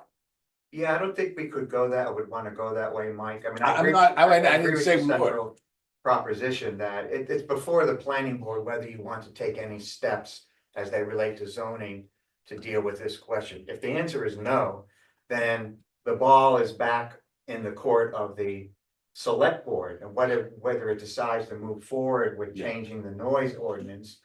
As suggested by Mr. Haney would be strictly up to the select board. So really, all we're looking for is whether or not the planning board wants to render an opinion or take any action on the matter. And I Okay. think If the- Tara gave us, the board, a possible planning board approach. Right. Bill, go So ahead. I'm willing to, I understand Margaret's position, that there's a difference between a zoning ordinance and a noise ordinance. That the question before us now is, do we want to do anything about creating a zoning ordinance that deals with noise? Is that not the question on the table? That deals with noise, but in a way that deals with the approval of the facility, Project. i.e. construction. Yeah. Like, do we want to have zoning that requires certain larger setbacks for certain types of activities or require, sound mitigation measures for certain types of activities? But as Tara It does not suggested, exist right now, Right. and the fact that there's any sound mitigation is in the current commercial pickleball situations because the owner volunteered to do that. yeah. And the question is, did he do it or did he not do it? And it appears that, well, there are those who've already expressed the opinion that he didn't do it. He So didn't do it. at least he didn't supply, he didn't up to the Well, detail that was. There were two parts to that, as I recall. There were representations he made to the board as to what his intentions were. Mhm. And on the basis of those representations, we set certain conditions. So I'd have to check with Tara, but I think where we would have to land on whether or not, from a code enforcement standpoint, is whether or not he met the conditions. That intentions. Whether or not those conditions were actually binding. Well, they would be, It would be. but whether his representation, these are my intentions. And I think that's where the 8 foot and the sound mitigation part of it was. I don't think we required him in the conditions. It's whether, I think we did. We did. whether I it's would written, pull up that, I would pull up that. whether it was actually Yeah, written. in but the I don't condition know, I said, statement. I think we'd have to check with Tara, or at least the select board would check with Tara, is that what he represented as his intentions was one part of the document for the approval, and which we based our approval, but what the conditions subsequent that we placed on it was another section. If I remember correctly too, he was more than willing to make changes as we go. And so a complaint may be too strong a word, but someone who brings to the attention of to this code enforcement officer or the select board, that's how you would potentially operationalize him to do something. So someone else would have to bring it to the select board rather than the select board seeing that one of the walls was not completed. You couldn't respond on that? Yeah, but I mean, it's a question of being proactive or not. I mean, it would, generally speaking in town, whether it's noise or dark skies, or sometimes parking, code enforcement is not necessarily proactive because it has a lot of things on its plate, and we have a very small, public safety department. Something like this, I would expect someone would have to bring it to the code enforcement officer's attention. He's not going around measuring. Measuring walls. When Measuring walls, but when you say someone, what does that mean?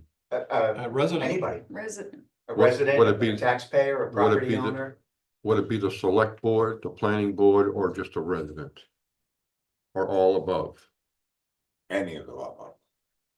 I think anybody can initiate an action to code enforcement, right, to ask code enforcement. to Well, check what on I'm getting something. at is why would the select board wanna shift it to somebody else? Why wouldn't you guys take the approach of saying, hey, Craig, you said you were gonna do this, but you didn't. Can you make that correction? Speaking of code enforcement officers. Yeah. All right. Edgy noise. So You should be talking. To the code To the enforcement code officer. enforcement officer, if you're gonna. So I don't know if you heard what I was saying and you No, he isn't. okay, so in answer to John's question, that as far code enforcement, we're not looking at health and safety issues.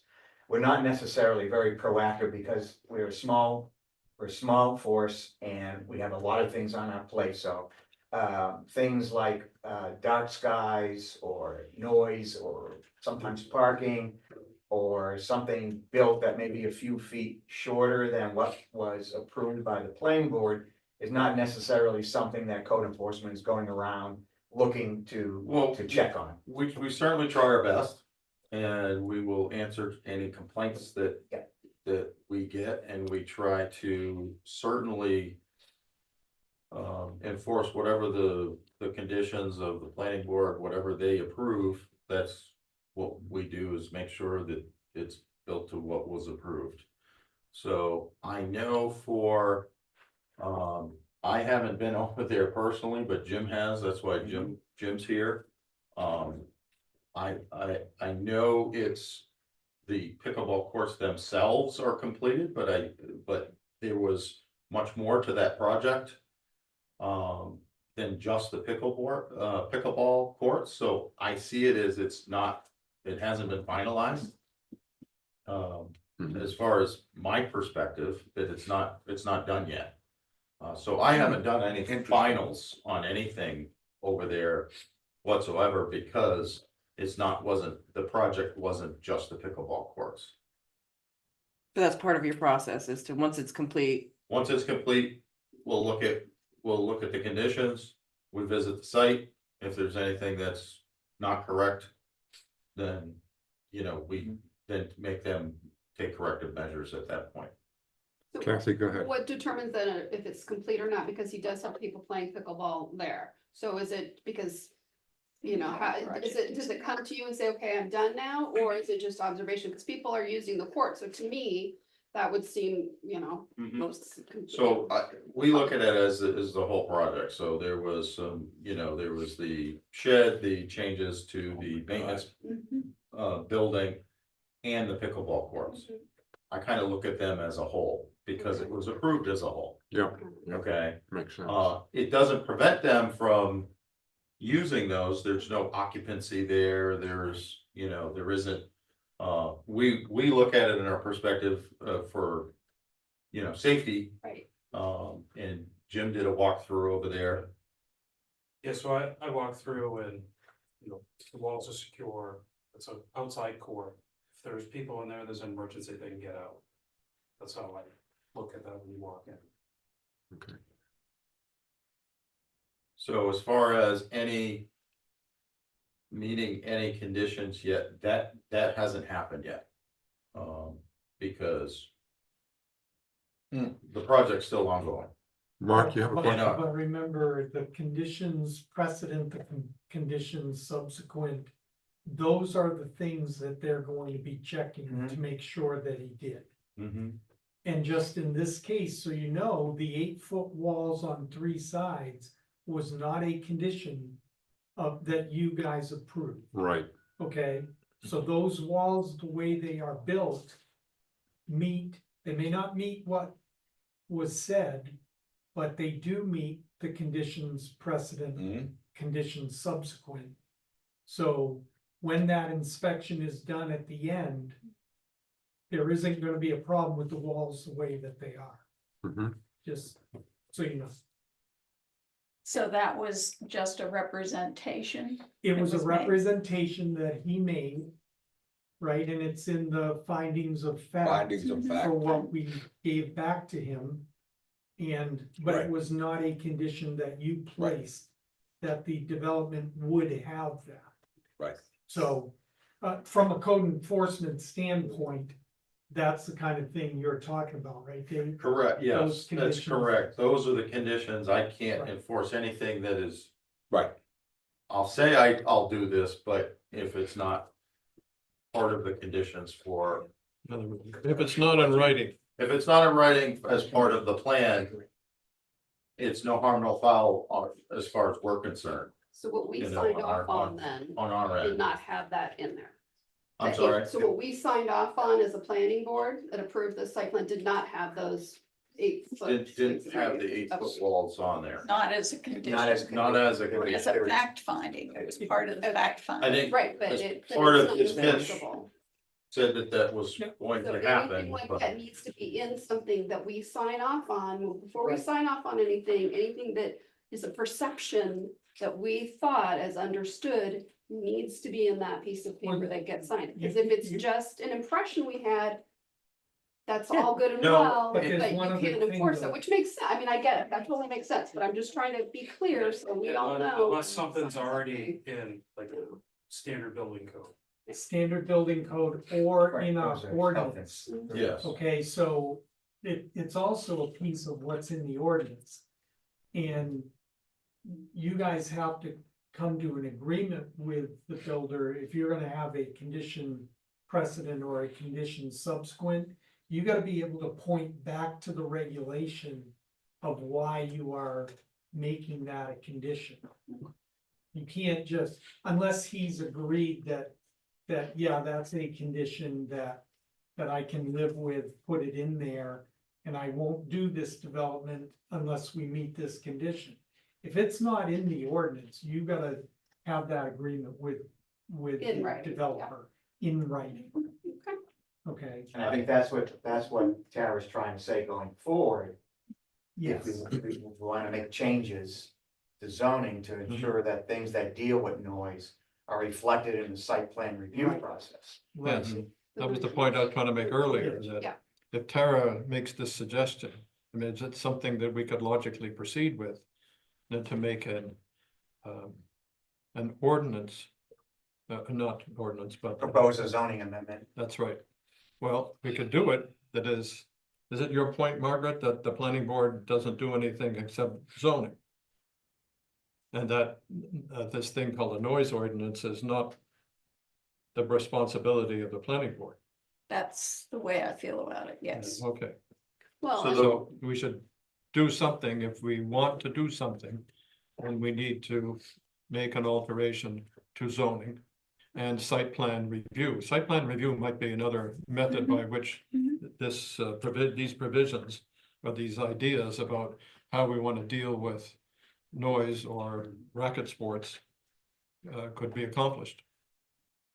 well, and I think to Margaret's point too, is that going forward, if there was, and it doesn't need to be pickleball noise, it can be other things.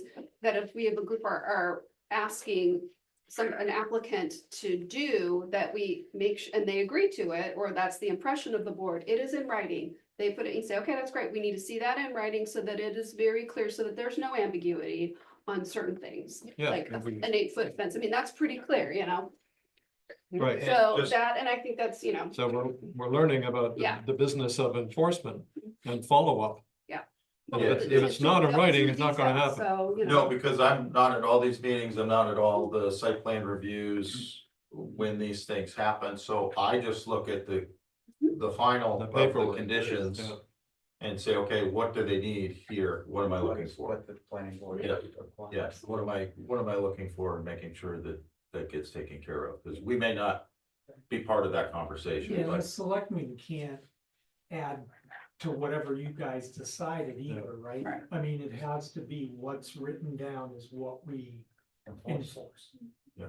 So, or hence, in June, the select board passed to the planning board this particular request and asked whether the planning board would like to take any action with regard to zoning this request before the select board decides what it wants to do. Because if the planning board is going to take action with regard to a zoning amendment, that will obviously impact what the select board may want to do with regard to a noise ordinance. I would like to suggest that because this is the first time we've discussed it really in the board, that we go one more time to the next meeting, get Tara in here as well.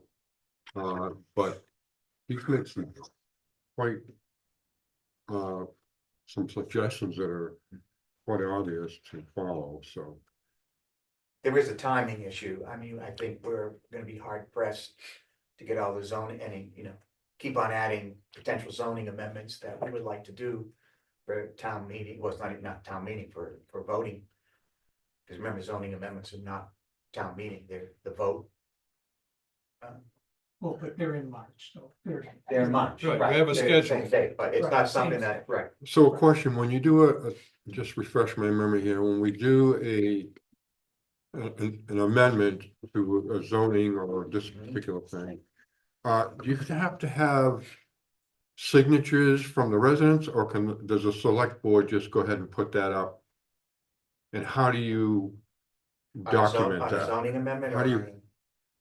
Well, in this particular one, how would you, So if the select board wanted to make changes to the noise ordinance, the select board noise ordinance, it would propose a warrant article, and there would be a public hearing on it, and then the select board would decide whether or not to bring it forward for town meeting for a up or down vote on that particular warrant article, as it would change the noise ordinance.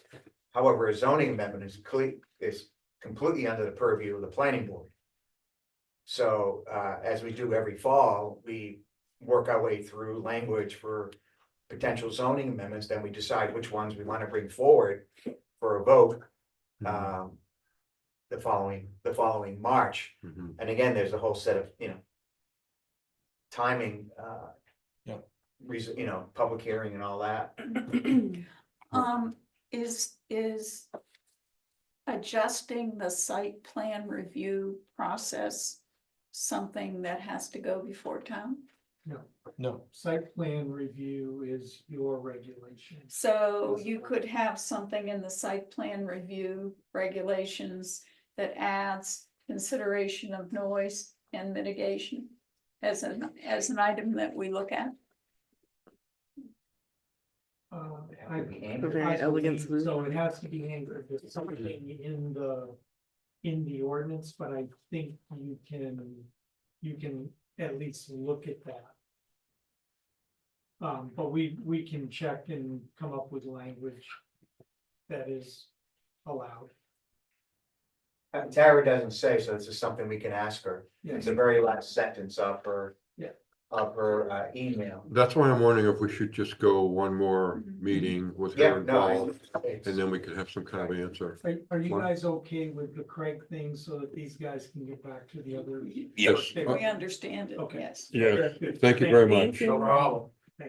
Thank you. Stay safe.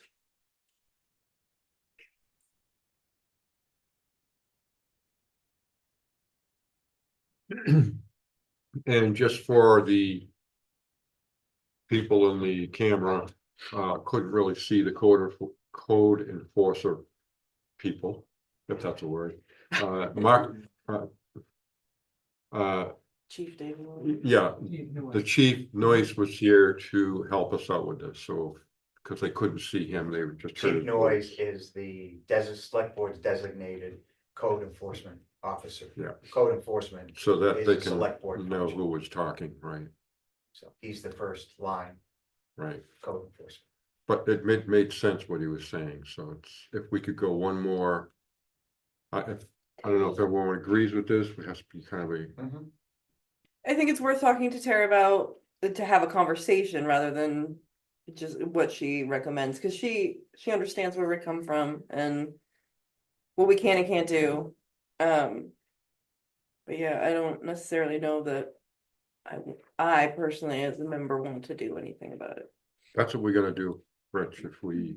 Yeah, no, if you wanna still We can do consult that. Tara, I think that's fine, but you could make a decision, we're just not interested in this. Yeah. And not have that discussion, or you can make a decision, well, we wanna think about this, maybe we do wanna do something. Yeah, because it's not just gonna affect the pickleball court, it's gonna be Everything. everything. Everyone's gonna have to whisper when they go in the valley.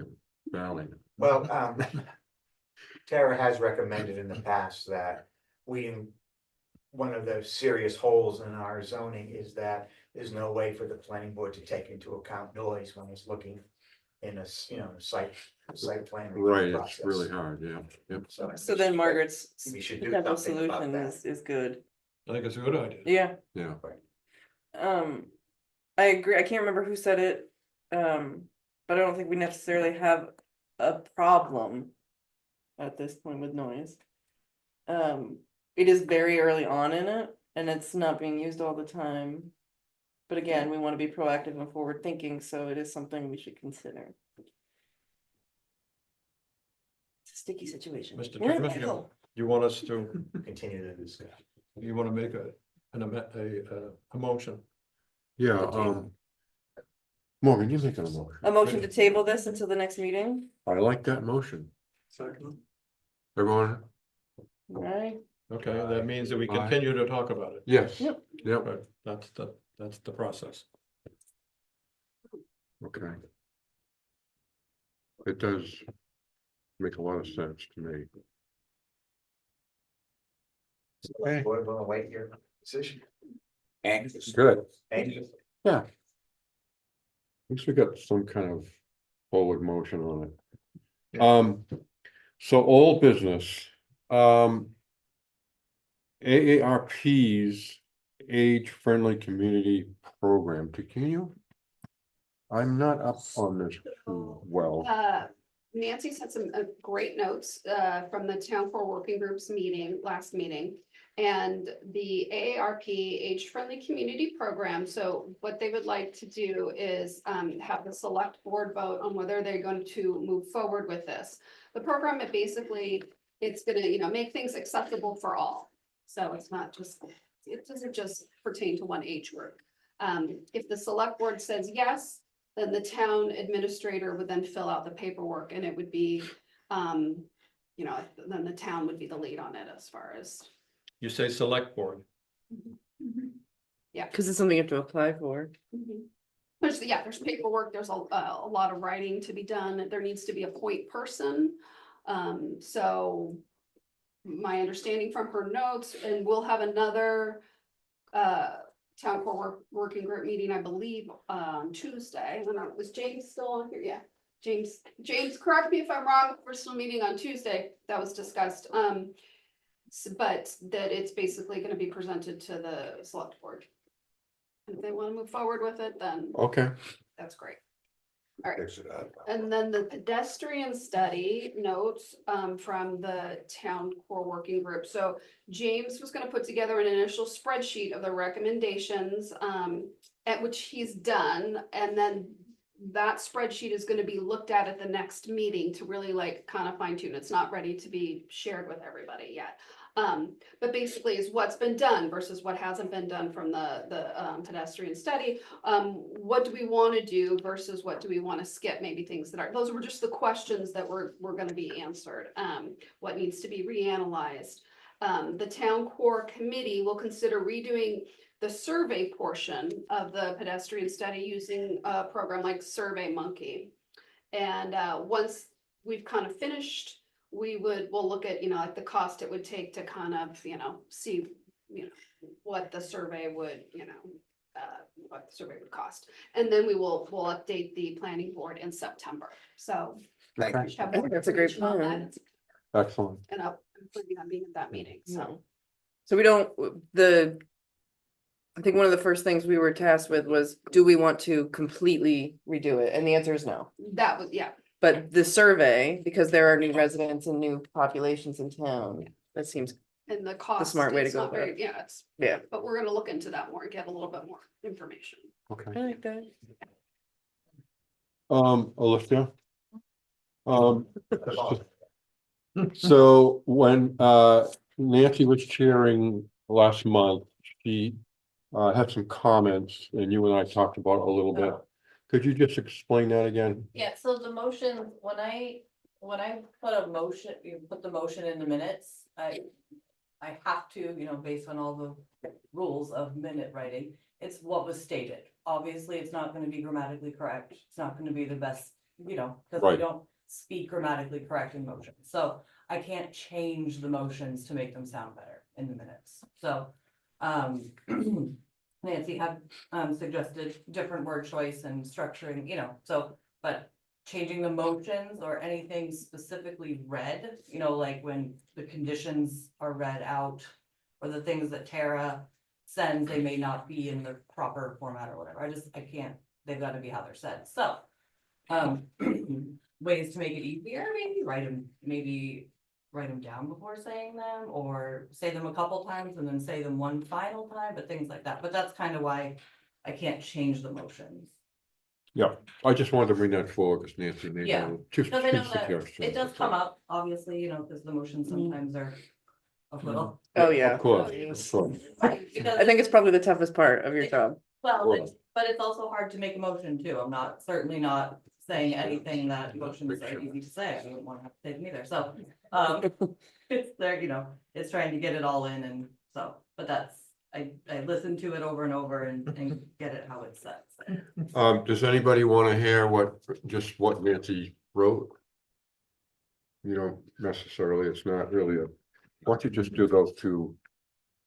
This was her thoughts of changing it, but again, we can't. but- Okay. We can do it. yeah. So motion would be something like to amend chapter 6 and 8 of the action plan in appendix form by adding the underlined text as presented in the information packet presented to the appendix. Or the planning board direct authorizes full member Morgan Deem to write an article for the Wigwag on that. Would discuss this is hard to read, okay. So there are things in deletions and underline and italic and additions in bold. So let me start over. To amend chapter 6 and 8 of the action plan by adding the underlined text as presented in the information packet to the appendix. Would be what she would like. Right? Yes, Whereas it would have read to amend chapter 6 and 8 of the action plan in appendix form by adding the underlined text as presented in the information packet presented. it's, So it's just like move some things around to make it more easily readable. Clear. Okay, Yeah. but we do understand what she wanted conveyed. yeah, and what we could And do. that or was can't do. resolved and we voted on it Yeah. and it's going to be done. Done. Okay, Okay. Noted. noted. Okay. We just got some good information from Kathy about the town core working group. Zoning amendment list. Oi, I think Tara has compiled that list, so, she has that, right? Yeah. So we're gonna And it's just move that quite to next month. yeah. Okay, everyone good with that? We're good. Alan, you good with that? Okay. Let me just make a note.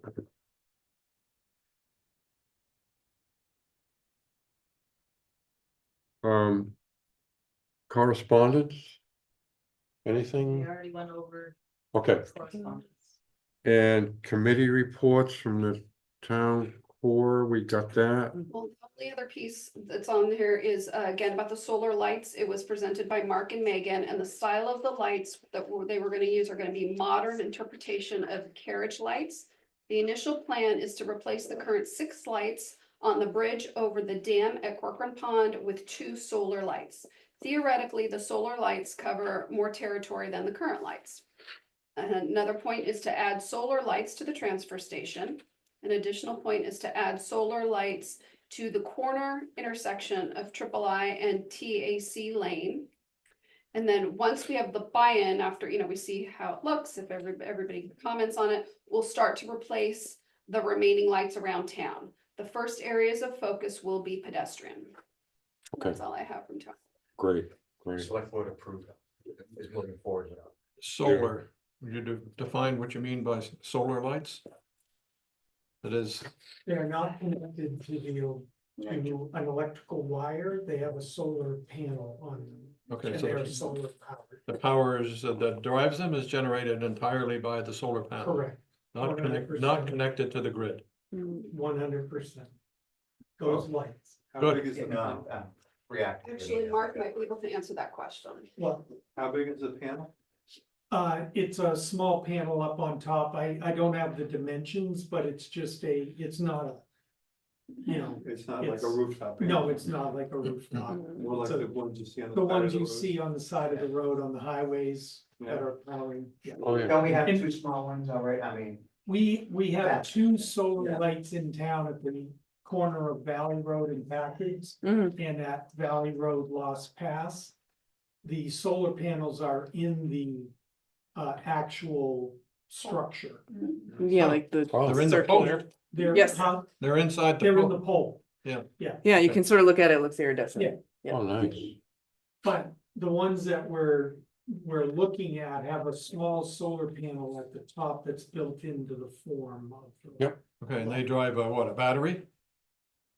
There's some, I don't know the inner There's a- workings of it. Yes, there's a battery pack Yeah, somewhere. there would in the have to be, structure. yeah.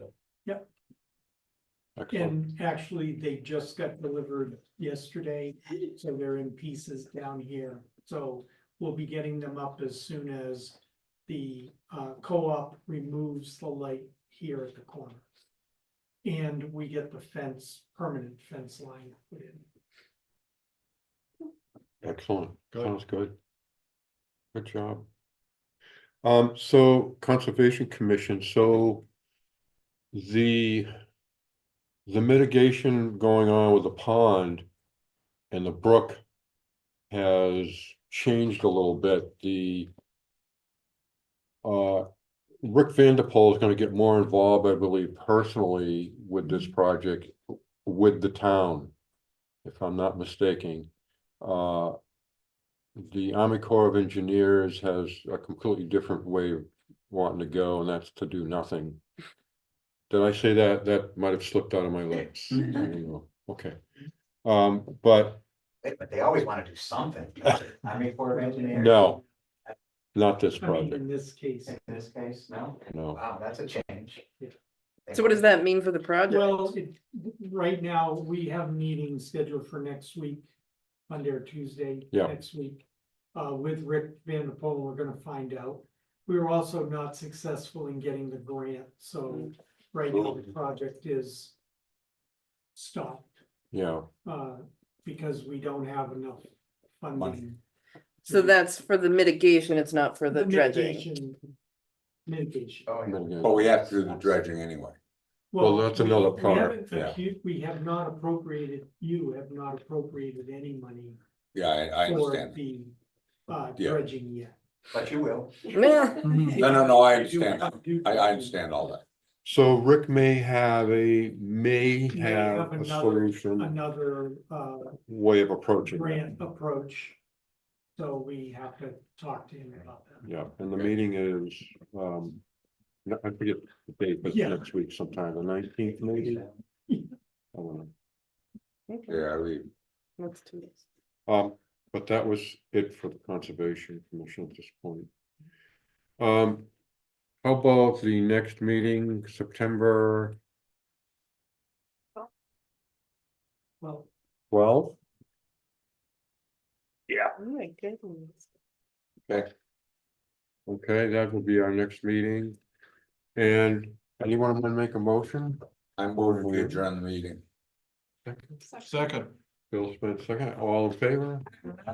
Thank you all for coming. Thank you. Enjoy the rest of your summer. Yeah. We're all in long sleeve church. I know. Morgan.